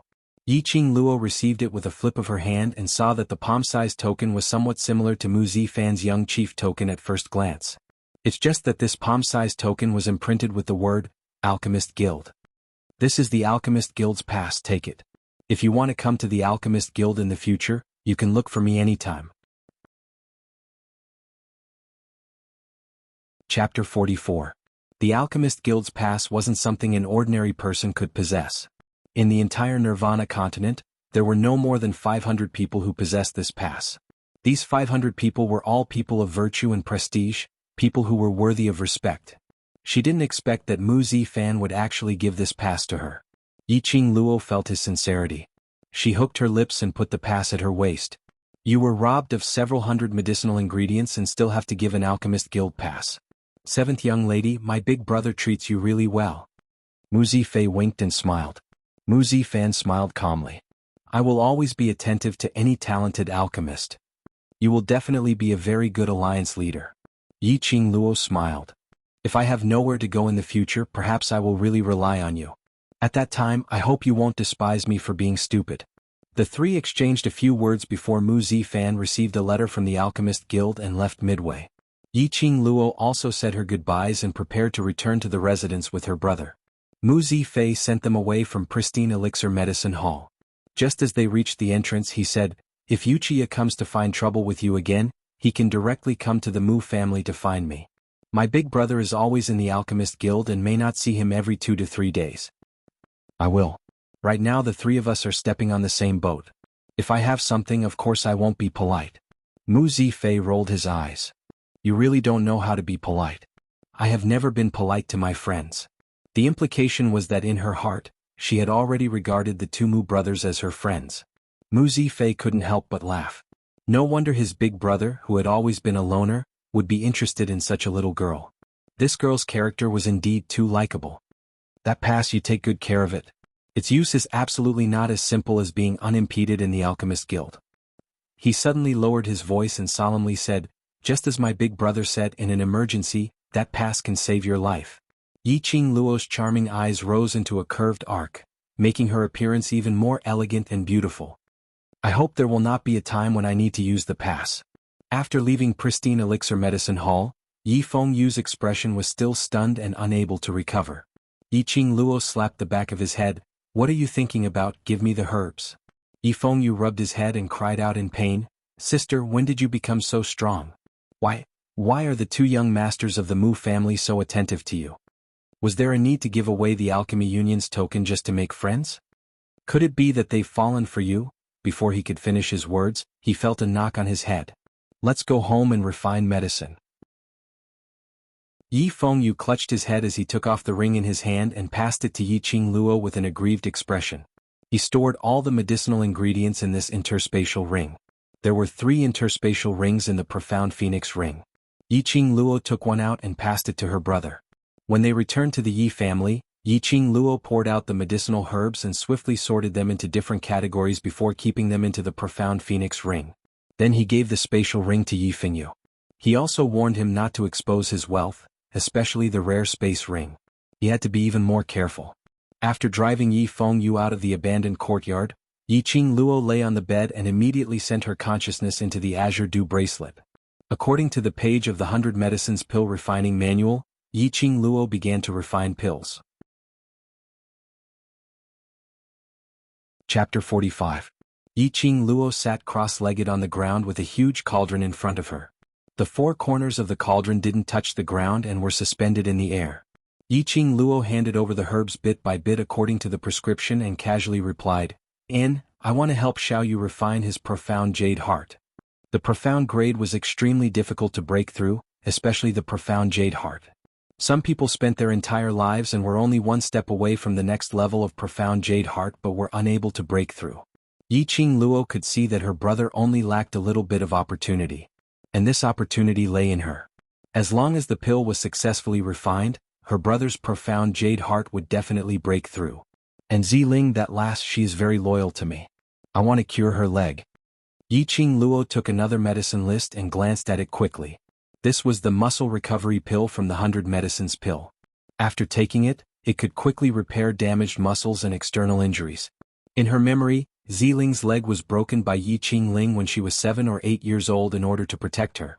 This was because when Ziling sold herself to bury her father, she begged her mother to use the money she earned from embroidery for more than 10 days to bury Ziling's father. She even brought Ziling back to the Three Springs sect. The little girl knew how to repay kindness and wholeheartedly treated Yiqing Luo as her benefactor. For Yiqing Luo, even if she lost her life, she wouldn't hesitate. Yiqing Luo had never been stingy towards those who were loyal to her. These 2 herbs, with your current grade, are enough to successfully refine them. You just need to control the amount and the fire. Old man Tsang smiled and nodded, his eyebrows curved as he stroked his white beard. What he admired the most was Yiqing Luo's importance to her own people. This girl looked like she was indifferent to everything, but in fact she was an extremely good girl. This temperament was somewhat similar to that person in his memory. He thought too far in the future. Old man Tsang shook his head and restrained the complicated thoughts in his mind. He smilingly watched Yiqing Luo's refining steps. Alchemy required a lot of patience. The most taboo was to be impatient.